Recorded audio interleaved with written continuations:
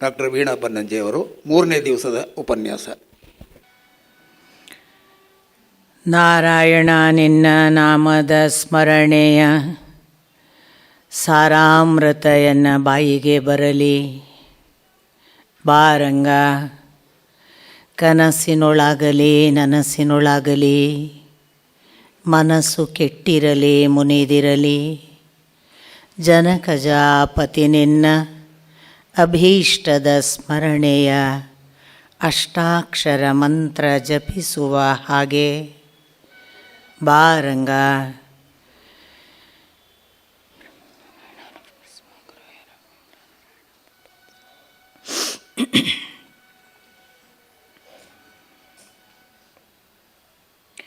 ನಾರಾಯಣಂ ನಮಸ್ಕೃತ್ಯ ನರಂಚೈವ ನರೋತ್ತಮಂ ದೇವೀಂ ಸರಸ್ವತೀಂ ವ್ಯಾಸಂ ತತೋ ಜಯಮುದೀರಯೇತ್.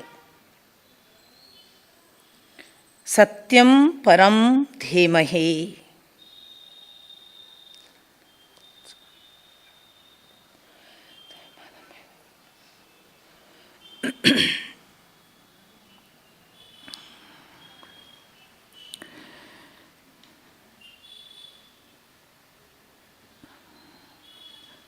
ಜಗದ್ಗುರುವಾದ ಶ್ರೀಕೃಷ್ಣನನ್ನು ಭಕ್ತಿಪೂರ್ವಕವಾಗಿ ಶ್ರದ್ಧಾಪೂರ್ವಕವಾಗಿ ನಮಸ್ಕರಿಸಿ, ವೇದವ್ಯಾಸರನ್ನು ಪೊಡಮಟ್ಟು ಅವರ ಆಶೀರ್ವಾದ ಬೇಡುತ್ತಾ, ಪರಂಪರೆಯ ಕಾರಣವಾಗಿ ಶ್ರೀಮದ್ ಭಾಗವತವನ್ನು ಕೇಳಲಿಕ್ಕೆ ಬಂದಿರುವ ಎಲ್ಲ ಹಿರಿಯರ ಪದತಲಕ್ಕೆ ಹಣೆ ಹಚ್ಚಿ ನಮಸ್ಕಾರ.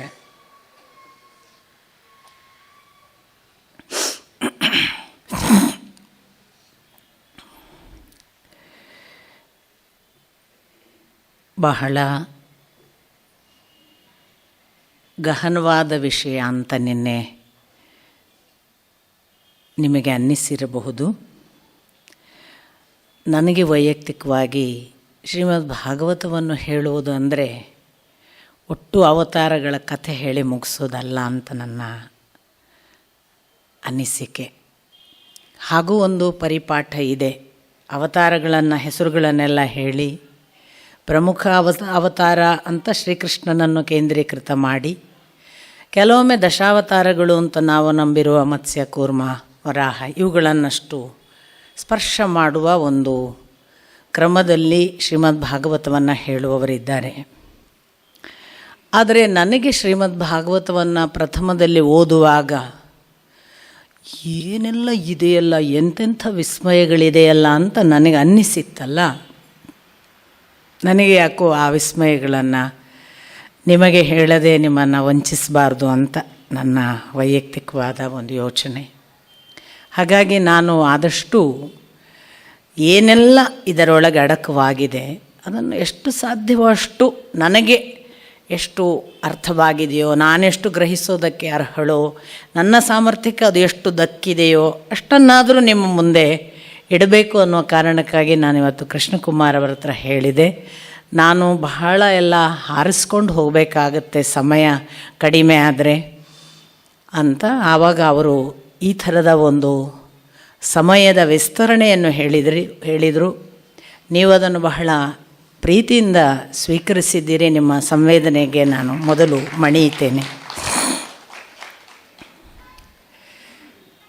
ಒಂದು ಸೃಷ್ಟಿಕ್ರಿಯೆ ಅನ್ನುವಲ್ಲಿಂದ ತೊಡಗಿ ಸಾವಿನವರೆಗೆ ಹೋಗುವ ಒಂದು ಜರ್ನಿ ಇದು. ಹಾಗಾಗಿ ನಾವು ಹೇಗೆ ಹುಟ್ಟಿದೆವು ಅನ್ನುವುದರಲ್ಲಿಂದ ತೊಡಗಿ ಹುಟ್ಟಿನ ಬೆಳವಣಿಗೆಯಲ್ಲಿ ಆ ಭಗವಂತನ ಪಾತ್ರ ಏನು, ಹುಟ್ಟಿನಲ್ಲಿ ಅವನು ಏನು ಮಾಡಿದ್ದಾನೆ ಅನ್ನುವಲ್ಲಿಂದ ನಮ್ಮನ್ನು ಇಷ್ಟೂ ಜಗತ್ತಿನ ಆ ಎಲ್ಲ ವಿಸ್ತಾರಗಳಲ್ಲಿ ಮುಳುಗಿಸಿ ತೇಲಿಸಿ ಕೆಲವೊಮ್ಮೆ ಬೀಳಿಸಿ ಮತ್ತೊಂದು ಕಡೆ ಕೈ ಹಿಡಿದು ಎತ್ತಿ ಎಲ್ಲ ಕರ್ಕೊಂಡು ಹೋಗ್ತಾನಲ್ಲ, ಅವನ ಒಟ್ಟು ಲೀಲಾಕ್ರಮ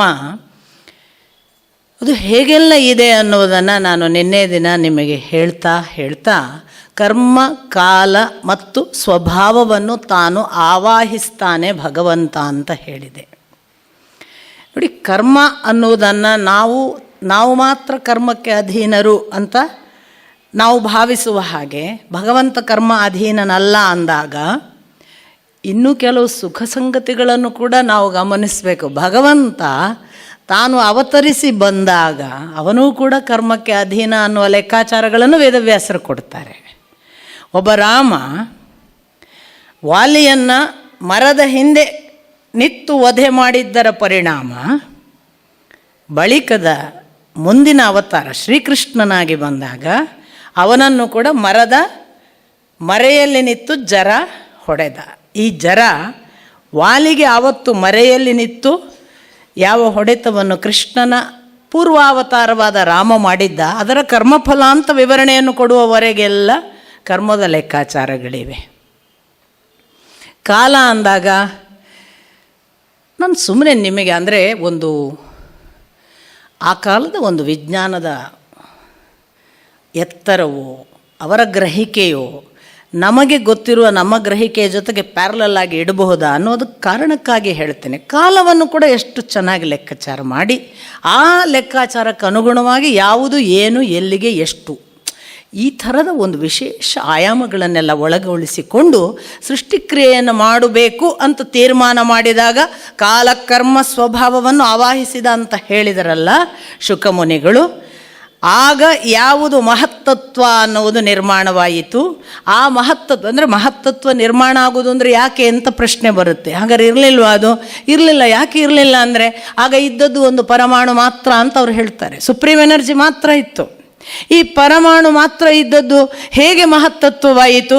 ಪರಮಾಣುವಿಗೆ ಒಂದು ಎಕ್ಸ್ಪ್ಲನೇಷನ್ ಕೊಡ್ತಾರೆ. ಏನು ಪರಮಾಣು ಅಂದರೆ ಯಾವುದು ಇದಕ್ಕಿಂತ ಇನ್ನು ಸೂಕ್ಷ್ಮವೋ ಅದಕ್ಕಿಂತ ಸೂಕ್ಷ್ಮವಾದದ್ದು ಇನ್ನು ಇಲ್ಲವೋ ಅದು, ಯಾವುದನ್ನು ವಿಭಾಗ ಮಾಡಲಿಕ್ಕೆ ಇನ್ನು ಸಾಧ್ಯವಿಲ್ಲವೋ ಅದು, ಯಾವುದು ಯಾವುದೇ ಕಾಲಕ್ಕೂ ಬದಲಾಗುವುದಿಲ್ಲವೋ ಅದು, ಯಾವುದು ಯಾವುದರ ಜೊತೆಗೆ ಸಂಯೋಗ ಹೊಂದುವುದು ಮಾತ್ರವೋ ಹೊಂದಿದಂತೆ ಒಂದು ಭ್ರಮೆಯನ್ನು ಉಂಟು ಮಾಡುತ್ತದೋ, ಯಾವುದರ ಜೊತೆಗೂ ಹೊಂದಿಕೊಳ್ಳುವುದಿಲ್ಲವೋ ಸಂಯೋಗ ಆಗುವುದಿಲ್ಲವೋ ಅದು ಪರಮಾಣು. ಆದರೆ ಇಂಥ ಅನೇಕ ಪರಮಾಣುಗಳು ಕೆಲವೊಮ್ಮೆ ಸಂಯೋಗ ಹೊಂದಿದಂತಾದಾಗ ಏನೋ ಇದೆ ಅನ್ನುವ ಭಾವ, ಒಂದು ಅವಯವ ಒಂದು ಉಂಟಾಯಿತು ಅನ್ನುವ ಭ್ರಮೆಯನ್ನು ಉಂಟು ಮಾಡುತ್ತದೆ ಅಂತಾರೆ. ಬೇಸಿಕಲಿ ಇಲ್ಲ. ಆದರೆ ಪರಮಾಣು ಒಂದಕ್ಕೊಂದು ಕೂಡಿದ ಹಾಗಾದಾಗ ಇಲ್ಲೊಂದು ಏನೋ ಇದೆ ಅನ್ನುವ ಭಾವವನ್ನು ಉಂಟು ಮಾಡ್ತದೆ ಅಂತ ಮೊದಲನೆಯ ಮಾತು. ಇದೇ ಮಹತ್ತತ್ವ ಅಂತ ಅವರ ಎಕ್ಸ್ಪ್ಲನೇಷನ್. ಅಂದರೆ ಕಾಲಕರ್ಮ ಸ್ವಭಾವಕ್ಕನುಗುಣವಾಗಿ ಆ ಸುಪ್ರೀಂ ಎನರ್ಜಿ ತನ್ನಲ್ಲಿರುವ ಅನೇಕ ಪಾರ್ಟಿಕಲ್ಸನ್ನು ಕೂಡಿಸಿದ ಹಾಗೆ ಮಾಡಿತು. ಅದು ಮಹತ್ತತ್ವ. ಆ ಮಹತ್ತತ್ವ ಅದು ತನ್ನ ಪಾಡಿಗೆ ಮಹತ್ತತ್ವವಾಗಿ ಇರಲಿಲ್ಲ. ಅದಕ್ಕೆ ತಾನೇನೋ ಮಾಡಬೇಕು ಅನ್ನುವ ಭಾವ ಬಂತಲ್ಲ, ಅದು ಅಹಂಕಾರ. ಆ ಅಹಂಕಾರದ ಪರಿಣಾಮವೇ ಅದಕ್ಕಿರುವ ತ್ರಿಗುಣಗಳ ಎಕ್ಸ್ಪ್ರೆಷನ್. ತಾಮಸ, ರಾಜಸ, ನಾನು ನಿಮಗೆ ಹೇಳಿದೆ ವೈಕಾರಿಕ, ತೈಜಸ ಮತ್ತು ತಾಮಸ ಅನ್ನುವ 3 ವಿಭಾಗವಾಯಿತು ಅಂತ. ಈ 3 ವಿಭಾಗದಲ್ಲಿ ತಾಮಸವು ಭೌತಿಕ ದ್ರವ್ಯ ಶಕ್ತಿ. ಈ ಭೌತಿಕ ವಸ್ತುಗಳೆಲ್ಲ ಉಂಟಾದದ್ದು ತಾಮಸದಿಂದ ಅಂತ ವಿವರಣೆ. ಈ ಭೌತಿಕ ದ್ರವ್ಯ ಶಕ್ತಿ ಯಾವುದೆಲ್ಲ ಅಂತ ವಿವರಣೆ ಪ್ರಾರಂಭ ಮಾಡ್ತಾರೆ. ಪ್ರಥಮದಲ್ಲಿ ಆಕಾಶ. ಆಕಾಶ ಬಂತು ಅಂದಾಗ ಅದರ ಜೊತೆಗೆ ಆಕಾಶದ ತನ್ಮಾತ್ರೆಯೂ ಆದ ಶಬ್ದವೂ ಬಂತು. ಆಕಾಶಾದ್ ವಾಯು, ವಾಯೋರಗ್ನಿ, ಅಗ್ನೇರಾಪಃ, ಅದ್ಭ್ಯ ಪೃಥ್ವೇ, ಪೃಥಿವ್ಯಾಂ ಓಷಧಯ, ಓಷಧೀಭ್ಯೋ ಅನ್ನಂ, ಅನ್ನಾತ್ ಪ್ರಾಣ, ಪ್ರಾಣಾನ್ನ ರಸಮಯಾತ್. ಹೀಗೆಲ್ಲ ಉಪನಿಷತ್ತು.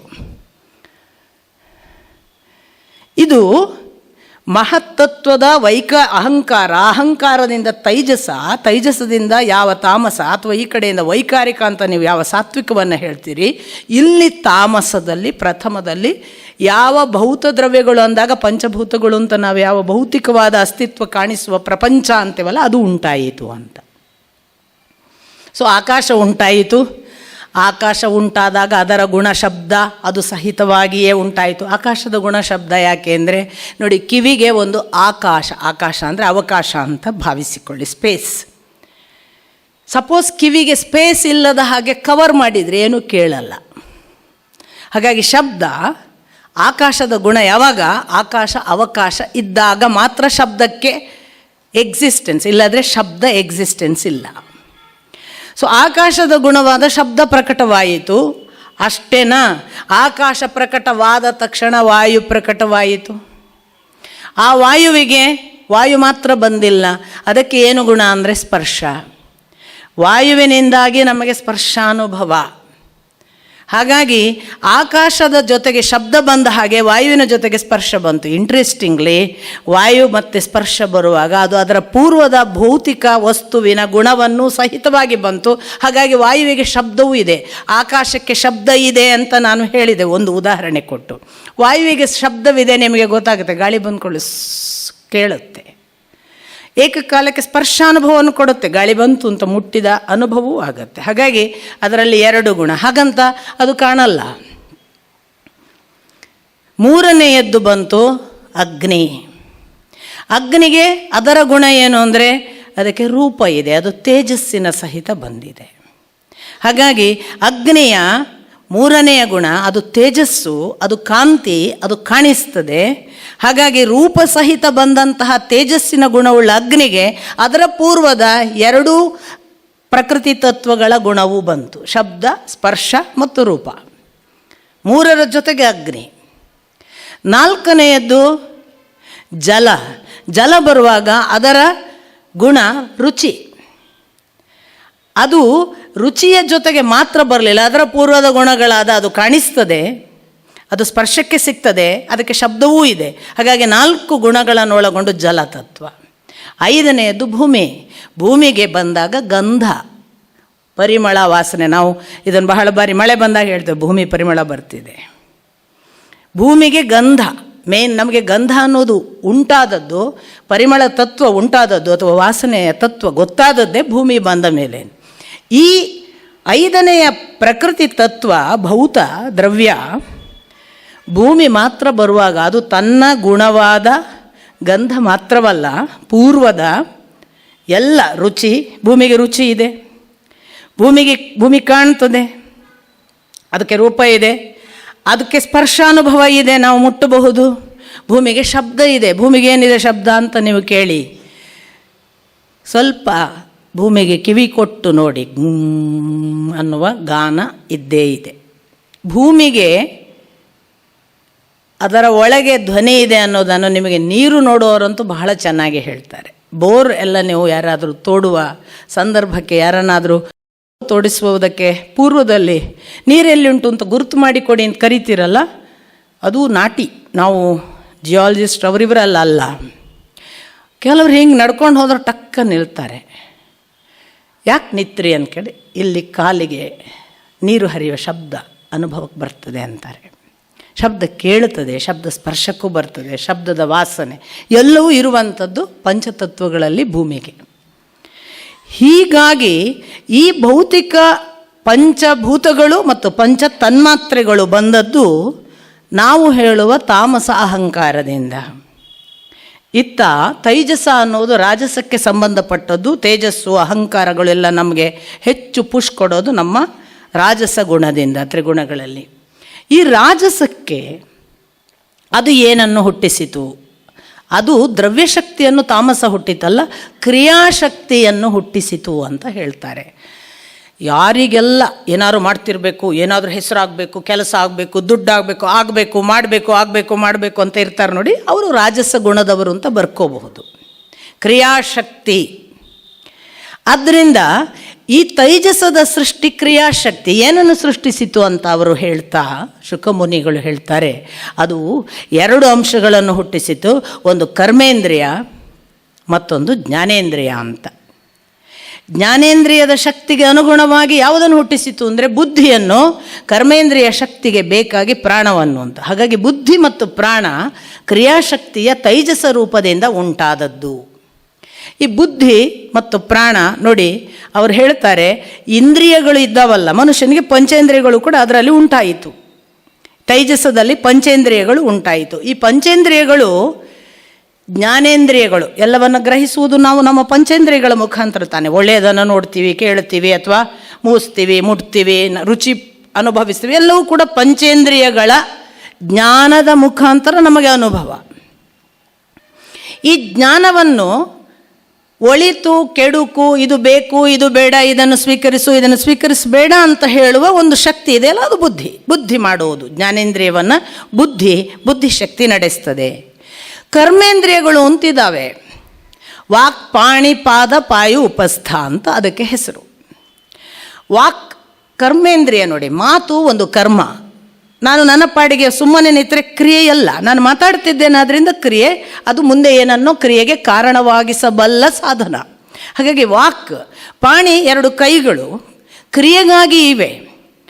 ಹಾಗೆಯೇ ಕಾಲು, ನಾನು ಯಾವುದೋ ಯೋಚನೆ ಮಾಡಿದೆ, ಹೋಗಬೇಕು ಅಂದಾಗ ಹೋಗುವುದು ಕಾಲುಗಳು, ಕ್ರಿಯೆಗೆ ಕಾರಣ, ಕರ್ಮಗಳಿಗೆ ಕಾರಣ. ಮಾಡಬೇಕು ಅಂದಾಗ ಮಾಡುವುದು ಕೈಗಳು, ಹೋಗಬೇಕು ಅಂದಾಗ ಹೋಗುವುದು ಕಾಲುಗಳು. ಹಾಗಾಗಿ ಈಗ ಏನೋ ಹೇಳಬೇಕು, ನನಗದು ಬೇಕು ಅಂದಾಗ ಹೇಳುವುದು ಬಾಯಿ. ಹಾಗಾಗಿ ಇವೆಲ್ಲ ಕರ್ಮೇಂದ್ರಿಯಗಳು. ಬಾಯಿ, ಕೈ ಮತ್ತು ಕಾಲುಗಳು ಕರ್ಮೇಂದ್ರಿಯಗಳು. ಪಾಯು ಉಪಸ್ಥ 2 ಇದೆ, ಅದು ವಿಸರ್ಜನಾಂಗಗಳು. ಒಂದು ನಮ್ಮ ಸೃಷ್ಟಿಗೆ ಕಾರಣವಾಗುವ ಕ್ರಿಯೆಯನ್ನು ಮಾಡುತ್ತೆ, ಇನ್ನೊಂದು ನಮಗೆ ಬೇಡವಾದದ್ದನ್ನು ಹೊರಕ್ಕೆ ದೊಡುವ ಕ್ರಿಯೆಗಳನ್ನು ಮಾಡ್ತವೆ. ಅದು ಪಾಯು ಉಪಸ್ಥ ಅಂತ. ಲಿಂಗ ಮತ್ತು ಗುದ. ಈ ಕರ್ಮೇಂದ್ರಿಯಗಳಿಗೆ ಯಾರು ಕ್ರಿಯೆಗೆ ಕಾರಣರು? ಪ್ರಾಣಶಕ್ತಿ ಅಂತಾರೆ. ಬುದ್ಧಿಶಕ್ತಿ ಜ್ಞಾನೇಂದ್ರಿಯಕ್ಕೆ ಪ್ರಚೋದನೆ ಮತ್ತು ಸಹಾಯ ಮಾಡಿದರೆ, ನಮ್ಮ ಕರ್ಮೇಂದ್ರಿಯಗಳಿಗೆ ಕ್ರಿಯೆಯನ್ನು ಅಥವಾ ನಾವು ಆ್ಯಕ್ಟಿವ್ ಆಗಿರುವುದಕ್ಕೆ ಕಾರಣ ಕೊಡುವುದು ಯಾರು ಅಂದರೆ ನಮ್ಮೊಳಗಿನ ಪ್ರಾಣಶಕ್ತಿ. ಹೇಳಲಿಕ್ಕೆ ತಾಕತ್ತಿಲ್ಲ ಮರೆ, ನನ್ನನ್ನು ಕರಿಬೇಡ ಅಂತೀವಲ್ಲ, ಪ್ರಾಣಶಕ್ತಿ ಸಪೋರ್ಟ್ ಮಾಡ್ತಿಲ್ಲ. ಮಾಡಿಯೇ ಬಿಡ್ತೇನೆ ಅಂತ ಹೊರಡುವಾಗ ಪ್ರಾಣಶಕ್ತಿ ಅದಕ್ಕೆ ಸಪೋರ್ಟ್ ಮಾಡಿದರೆ ಕ್ರಿಯೆ, ಕರ್ಮೇಂದ್ರಿಯದ ಎಲ್ಲ ಕ್ರಿಯೆಗಳು ಸುಸೂತ್ರ. ಇದು ಪ್ರಾಣಶಕ್ತಿ ಕೊಡುವಂತಹ ಕರ್ಮೇಂದ್ರಿಯಗಳಿಗೆ ಬಲ.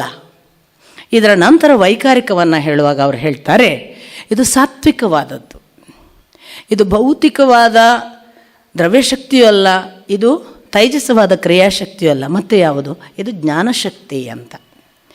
ಇದನ್ನು ವೈಕಾರಿಕ ಅಂತ ಹೇಳ್ತಾ, ಇದರ ಮೂಲಕ ಉಂಟಾಗುವುದು ಯಾವುದು ಅಂದರೆ ಮನಸ್ಸು ಮತ್ತು ಇಂದ್ರಿಯದ ಅಧಿಷ್ಠಾತೃ ದೇವತೆಗಳು ಅಂತ. ಅಂದರೆ ನಮಗೆ ಇಂದ್ರಿಯಗಳಲ್ಲಿ ಉಂಟಾಗಿದ್ದಾವೆ, ಈ ಇಂದ್ರಿಯಗಳನ್ನು ಆಳುವ ದೇವತೆಗಳು ಬೇಕು.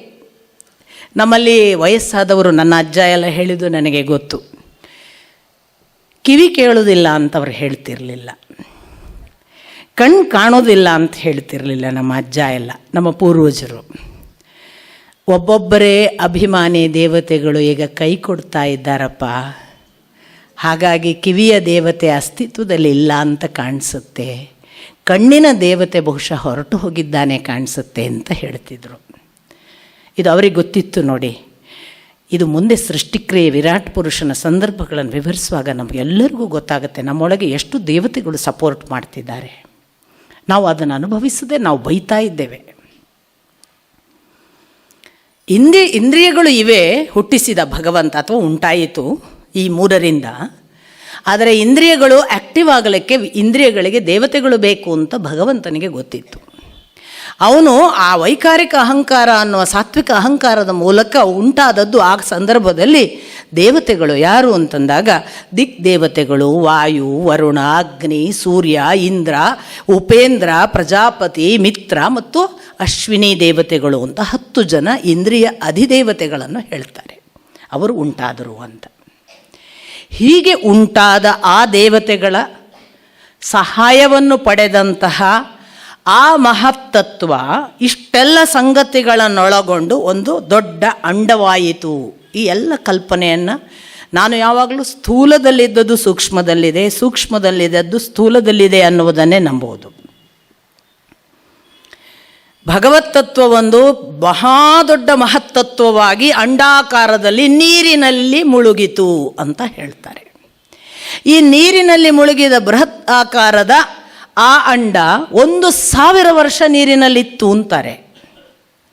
ಆಗ ಆ ಅಂಡದಲ್ಲಿ ನೋಡಿ, ಬ್ರಹ್ಮಾಂಡ ಪಿಂಡಾಂಡ ಒಂದೇ ಅನ್ನುವ ಕನೆಕ್ಷನ್ ಕೊಡ್ತಾ ಇದ್ದಾರೆ. ಅದರೊಳಗೆ ಪಿಂಡಾಂಡವೂ ಇದೆ, ಅದೇ ಬ್ರಹ್ಮಾಂಡ ಅಂತ ಹೇಳ್ತಾ, ಆ ಪಿಂಡಾಂಡದ ಒಳಗೆ ಅದಕ್ಕೆ ಆ ಇಷ್ಟೆಲ್ಲ ಮಹತ್ತತ್ವಗಳ ಭಾಗವಾದ ತ್ರಿಕರಣಗಳ ಯಾವ ತ್ರಿಸ್ವಭಾವಗಳಿಂದ ಬಂದಂಥದ್ದು ಇದೆಯಲ್ಲ, ಅದಷ್ಟೇ ಅಲ್ಲದೆ ಒಬ್ಬೊಬ್ಬರೇ ಒಂದೊಂದು ಅವಯವದಲ್ಲಿ ಪ್ರವೇಶಿಸುವುದಕ್ಕೆ ಆರಂಭ ಮಾಡಿದರು ಅಂತ ಪ್ರಾರಂಭ ಮಾಡ್ತಾರೆ. ಯಾಕೆ? ಆ ಅಂಡದಲ್ಲಿರುವ ಅದಕ್ಕೆ ತಾನು ನೋಡಬೇಕು ಅನಿಸಿತಂತೆ. ಆಗ ಸೂರ್ಯ ಬಂದು ಕಣ್ಣಿನಲ್ಲಿ ಪ್ರವೇಶ ಮಾಡಿದ. ಅದಕ್ಕೆ ಏನನ್ನು ಹೇಳಬೇಕು ಅನಿಸಿತಂತೆ, ವಾಕಿಗೆ ಸಹಾಯ ಮಾಡುವುದಕ್ಕಾಗಿ ಅಗ್ನಿ ಬಂದು ಪ್ರವೇಶ ಮಾಡಿದ. ಅದಕ್ಕೆ ತಾನು ಯಾವುದನ್ನು ರುಚಿ ಕಾಣಬೇಕು, ರುಚಿ ನೋಡಬೇಕು ಅನ್ನಿಸಿತಂತೆ ವರುಣ ಬಂದು ಜಲರೂಪದಲ್ಲಿ ಕುಳಿತ. ಬಾಯಿ ಒಣಗಿದರೆ ಊಟ ಮಾಡೋಕ್ಕಾಗಲ್ಲ, ಬಾಯಲ್ಲಿ ನೀರೂರಬೇಕು ರುಚಿಯನ್ನು ಅನುಭವಿಸಲಿಕ್ಕೆ. ಜಲತತ್ವ ವರುಣ ಬಂದು ಕುಳಿತ. ಆಗ ಉಸಿರಾಡಬೇಕು ಅನ್ನುವ ಅಪೇಕ್ಷೆ ಆ ಅಂಡಕ್ಕೆ ಉಂಟಾಯಿತಂತೆ. ಆ ಉಸಿರಾಟಕ್ಕೆ ಸಹಕರಿಸಲಿಕ್ಕೆ ಅಶ್ವಿನಿ ದೇವತೆಗಳು ಬಂದು ಮೂಗಿನಲ್ಲಿ ಕುಳಿತರು. ಅದರ ಇಂದ್ರಿಯಗಳಿಗೆ ಕೆಲಸ ಮಾಡಬೇಕು ಅನ್ನುವ ಸಂದರ್ಭಕ್ಕೆ ಬುದ್ಧಿಗೆ ಬಂದು ಬ್ರಹ್ಮ, ಮನಸ್ಸಿಗೆ ಬಂದು ಚಂದ್ರ ಅಥವಾ ಹೃದಯದಲ್ಲಿ ಚಂದ್ರ, ಅಹಂಕಾರದಲ್ಲಿ ರುದ್ರ, ಕೈಯಲ್ಲಿ ಇಂದ್ರ, ಕಾಲಿನಲ್ಲಿ ಪಾದಕ್ಕೆ ನಾವು ನಡೆಯುವ ದಾರಿಯನ್ನು ನಿರ್ಣಯಿಸುವುದಕ್ಕೆ ವಿಷ್ಣು, ಗುದದಲ್ಲಿ ಮೃತ್ಯು, ಬೆನ್ನಿಗೆ ಅಧರ್ಮ, ಹೀಗೆ ಹೇಳ್ತಾ ಹೋಗ್ತಾರೆ. ಎಲ್ಲ ದೇವತೆಗಳು ಕೂತಾಗ ಆ ಅಂಡಕ್ಕೆ ತಾನು ಎದ್ದು ನಿಲ್ಲಬೇಕು ಅಂತ ಅನಿಸಿದರೂ ಎದ್ದು ನಿಲ್ಲುವುದಕ್ಕೆ ಆಗಲಿಲ್ಲ. ಆಗ ಭಗವಂತ ತನ್ನ ಶಕ್ತಿ ಭಾಗವನ್ನು ಚಿತ್ತದಲ್ಲಿ ಇಟ್ಟನಂತೆ. ಅದೇ ಚೈತನ್ಯ. ಚಿತ್ತಕ್ಕೆ ಬಂದು ಇಟ್ಟ ಚೈತನ್ಯವನ್ನು ನಿಮಗೆ ಪ್ರಕೃತಿ ಪುರುಷ ಯೋಗದಲ್ಲಿ ಶ್ರೀಕೃಷ್ಣ ಅದು ನನ್ನ ಸ್ತ್ರೀ ಭಾಗ ಅಂತ ಹೇಳುವ ವಿವರಣೆ ನೀವು ಭಗವದ್ಗೀತೆಯಲ್ಲಿ ನೋಡ್ತೀರಿ. ಇಲ್ಲಿ ಉಲ್ಲೇಖ ಮಾಡಿ ಹೆಸರು ಕೊಡೋದಿಲ್ಲ. ಪ್ರಕೃತಿ ತತ್ವದ ಚೈತನ್ಯ ಭಾಗ ಚಿತ್ತದಲ್ಲಿ ಬಂದು ಕುಳಿತಿತು. ಅವಳೇ ನಾವು ಹೇಳುವ ಪಾರ್ವತಿ, ಶಕ್ತಿ, ಲಕ್ಷ್ಮಿ, ಈ ಸ್ತ್ರೀ ಭಾಗ, ಸ್ತ್ರೀ ತತ್ವ. ಚೈತನ್ಯವೂ ಬಂದರೂ ಏಳುವುದಕ್ಕೆ ಆಗಲಿಲ್ಲ. ಆಗ ಚಿತ್ತದಲ್ಲಿ ಇರುವಂತಹ ಚೈತನ್ಯದ ಅಧಿಷ್ಠಾತೃ ಅಂದರೆ ಪರಮಪುರುಷನಿದ್ದಾನಲ್ಲ, ಪರಮಪುರುಷ, ಅವಳು ಕೂಡ ಉತ್ತಮ ಪುರುಷನ ಒಂದು ಭಾಗವೇ. ಆದರೆ ಅದನ್ನು ಬಹಳ ಚೆನ್ನಾಗಿ ಭಗವದ್ಗೀತೆಯಲ್ಲಿ ಕೃಷ್ಣ ಹೇಳ್ತಾನೆ. ಅವಳು ಕೂಡ ಪುರುಷರೇ, ಅವಳು ಮತ್ತು ನಾನು ಇಬ್ಬರೂ ಅಕ್ಷರ ಪುರುಷರೇ. ಇದು ಕೃಷ್ಣನದೇ ಮಾತು. ಅವಳು ಮತ್ತು ನಾನು ಇಬ್ಬರೂ ಅಕ್ಷರ ಪುರುಷರೇ, ನಮಗಿಬ್ಬರಿಗೂ ಸಾವಿಲ್ಲ. ಆದರೆ ನಾನು ಉತ್ತಮ ಪುರುಷ, ಅವಳು ಕೂಡ ನನಗೆ ಅಧೀನ, ಈ ಚೈತನ್ಯವೂ ಕೂಡ ನನಗೆ ಅಧೀನ. ಆದ್ದರಿಂದ ಪರಮಪುರುಷ ಬಂದು ಕ್ಷೇತ್ರಜ್ಞನಾಗಿ ಅಲ್ಲಿ ಕುಳಿತನಂತೆ. ಇದನ್ನೇ ಭಗವದ್ಗೀತೆಯಲ್ಲಿ ಕೃಷ್ಣ ಹೇಳೋದು. ನಿಮ್ಮ ಒಳಗೆ ಜೀವದ ಜೊತೆಗೆ ನಾನು ಕೂಡ ಅಲ್ಲೇ ಕೂತು ನಿಮ್ಮ ಎಲ್ಲ ಚಟುವಟಿಕೆಗಳನ್ನು ನೋಡುತ್ತೇನೆ, ಅನುಭವಿಸುತ್ತೇನೆ. ತ್ರಿಗುಣಗಳ ಎಲ್ಲ ಭಾವಗಳು ನನಗೆ ಗೊತ್ತಿವೆ. ಇದು ಕೃಷ್ಣ ಭಗವದ್ಗೀತೆಯಲ್ಲಿ ಹೇಳೋದರ ಹಿನ್ನೆಲೆ. ಸೊ ಹಾಗೆ ಕೂತಾಗ ಯಾವಾಗ ಕ್ಷೇತ್ರಜ್ಞ ಬಂದು ಚಿತ್ತದ ಅಧಿದೇವತೆಯಾದ ಚೈತನ್ಯಕ್ಕೆ ಚಾಲನೆ ಕೊಟ್ಟ, ಆ ವಿರಾಟ್ ಪುರುಷ ಎದ್ದು ನಿಂತ ಅಂತ. ಪ್ರಥಮ ಸೃಷ್ಟಿ ಈ ರೀತಿ ವಿರಾಟ್ ಪುರುಷ ಎದ್ದು ನಿಂತಾಗ ಯಾವ ಪುರುಷ ಸೂಕ್ತದಲ್ಲಿ ನಾವು ಹೇಳ್ತೇವಲ್ಲ, ಸಹಸ್ರ ಶೀರ್ಷ ಪುರುಷ ಸಹಸ್ರಾಕ್ಷ ಸಹಸ್ರಪಾತ್ ಸ ಭೂಮಿಂ ವಿಶ್ವತೋ ವೃತ್ವ ಅತ್ಯತಿಷ್ಠ ದಶಾಂಗುಲಂ ಅಂತ ವಿವರಿಸಿದ ಹಾಗೆ, ಅವನಿಗೆ 1000 ತಲೆ, ಅವನಿಗೆ 1000 ಕಣ್ಣು, ಅವನಿಗೆ 1000 ಕೈಗಳು, ಅವನಿಗೆ 1000 ಕಾಲುಗಳು, ಅವನು ಬೃಹದಾಕಾರವಾಗಿ ಎದ್ದು ನಿಂತಿದ್ದ. ಅವನ ದೇಹದ ತುಂಬ ಇಡೀ ಪ್ರಕೃತಿ ಅಲ್ಲಿ ಆವಾಹಿಸಿಕೊಂಡು ಇತ್ತು ಅಂತ ವಿವರಿಸ್ತಾ, ಅವನ ನಾಭಿಯೇ ಆಕಾಶ, ಹೊಟ್ಟೆಯೇ ಸಮುದ್ರ, ಅವನ ನರನಾಡಿಗಳೇ ನದಿಗಳು, ಅವನ ತೋಳಿನ ಭುಜವೇ ಪರ್ವತಗಳು, ಅವನ ಕೂದಲೇ ಮೇಘ, ಅವನ ಕಾಲೇ ಅತಲ ವಿತಲ ಸುತಲ ಪಾತಾಳ ರಸಾತಳ ಅಂತ ಎಲ್ಲ 7 ಲೋಕಗಳು ಅಲ್ಲಿಯೇ ಅವನ ಕಾಲ ಕೆಳಗೆ ಅಂತ ಹೇಳಿ, ಈ ಹೊಟ್ಟೆಯೇ ಭೂಮಂಡಲ, ಈ ಭೂಮಂಡಲದ ಮೇಲೆ ಸ್ವಲ್ಪ ಮೇಲಕ್ಕೆ ಬಂದರೆ ಭುವರ್ಲೋಕ, ಹೃದಯದ ಭಾಗಕ್ಕೆ ಬಂದರೆ ಸ್ವರ್ಲೋಕ, ಈ ಕುತ್ತಿಗೆಗೆ ಬಂದರೆ ಮಹರ್ಲೋಕ, ಬಾಯಿಗೆ ಬಂದರೆ ಜನೋಲೋಕ, ಹಣೆಗೆ ಬಂದರೆ ತಪೋಲೋಕ, ಅದರಾಚೆಗೆ ಅತ್ಯತಿಷ್ಠ ದಶಾಂಗುಲಂ ಸತ್ಯಲೋಕ.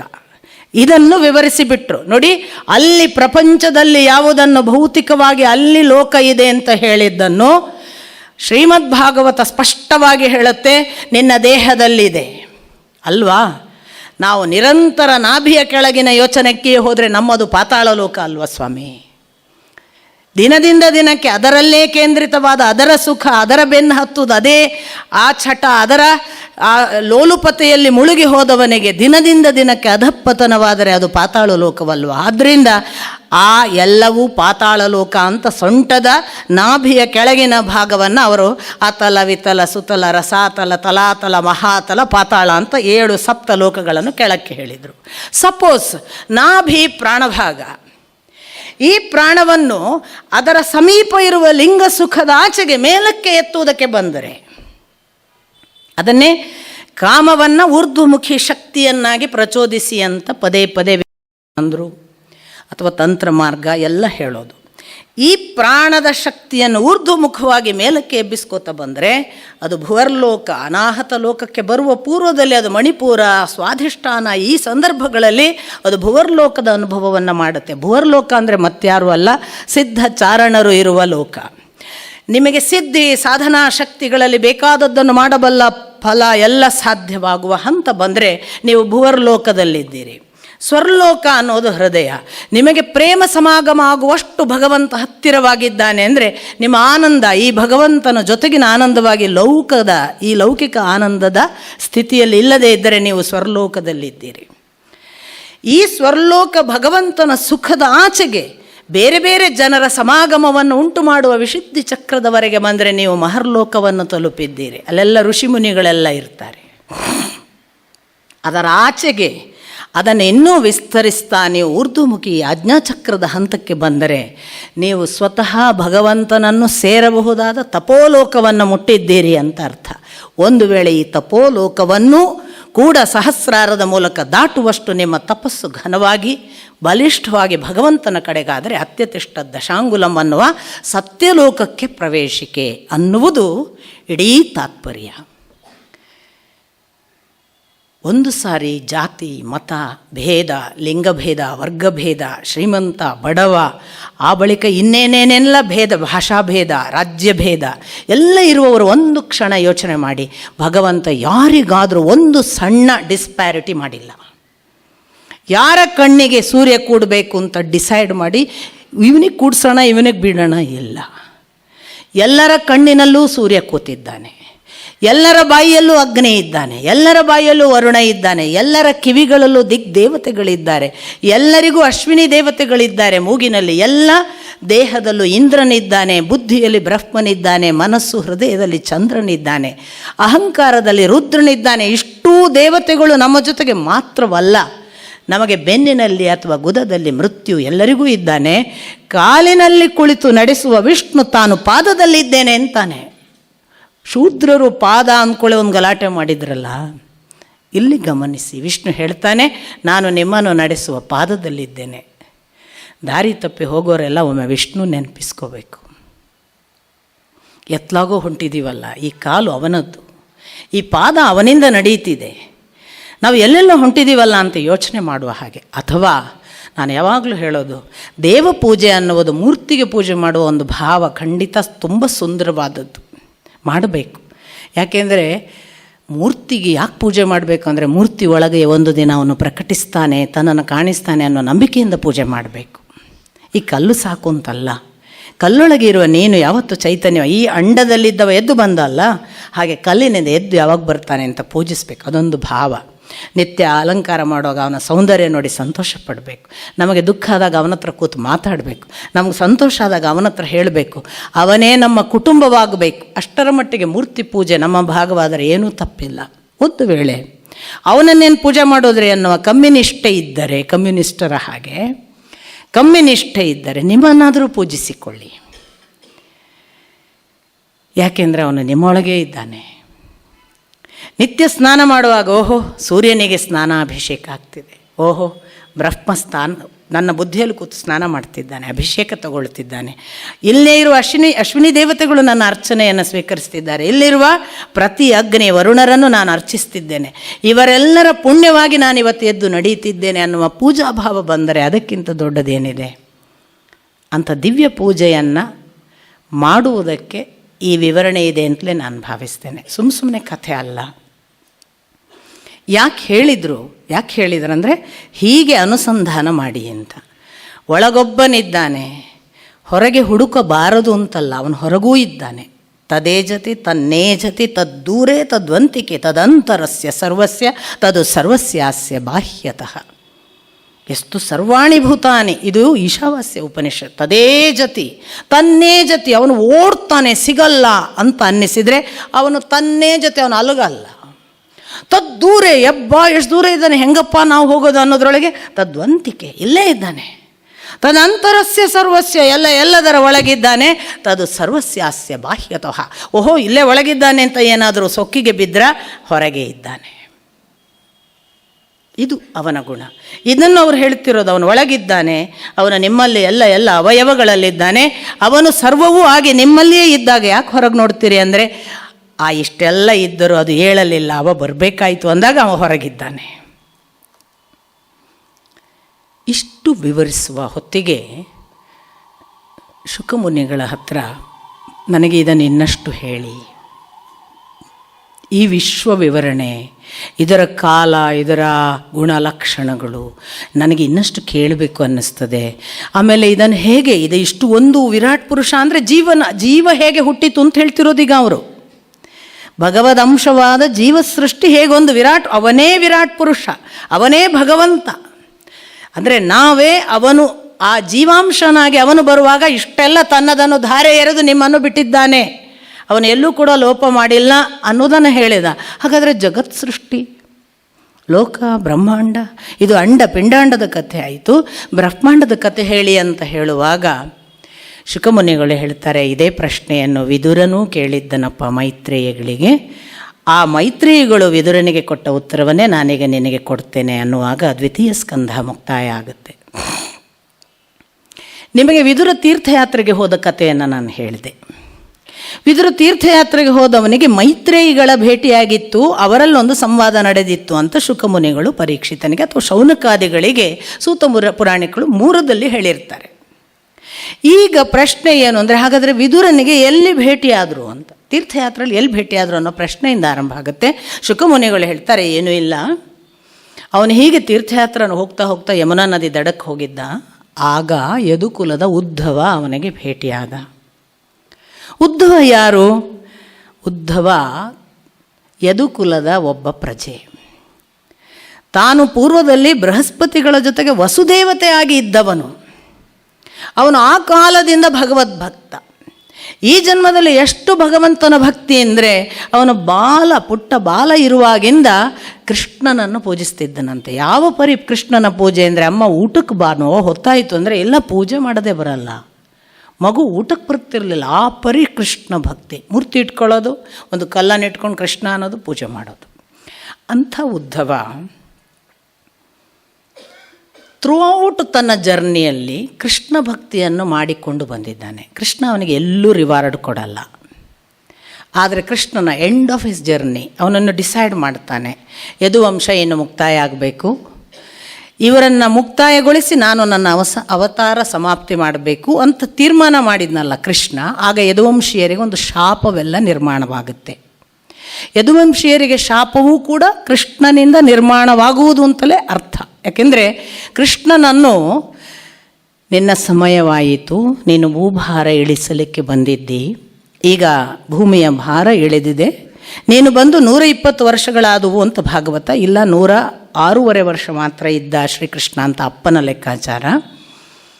ನೀನೀಗ ನಿನ್ನ ಅವತಾರವನ್ನು ಸಮಾಪ್ತಿಗೊಳಿಸಬಹುದು, ನಿನಗೆ ಇಚ್ಛೆ ಇದ್ದರೆ ಅಂತ ಬ್ರಹ್ಮಾದಿಗಳು ಬಂದು ಹೇಳ್ತಾರೆ.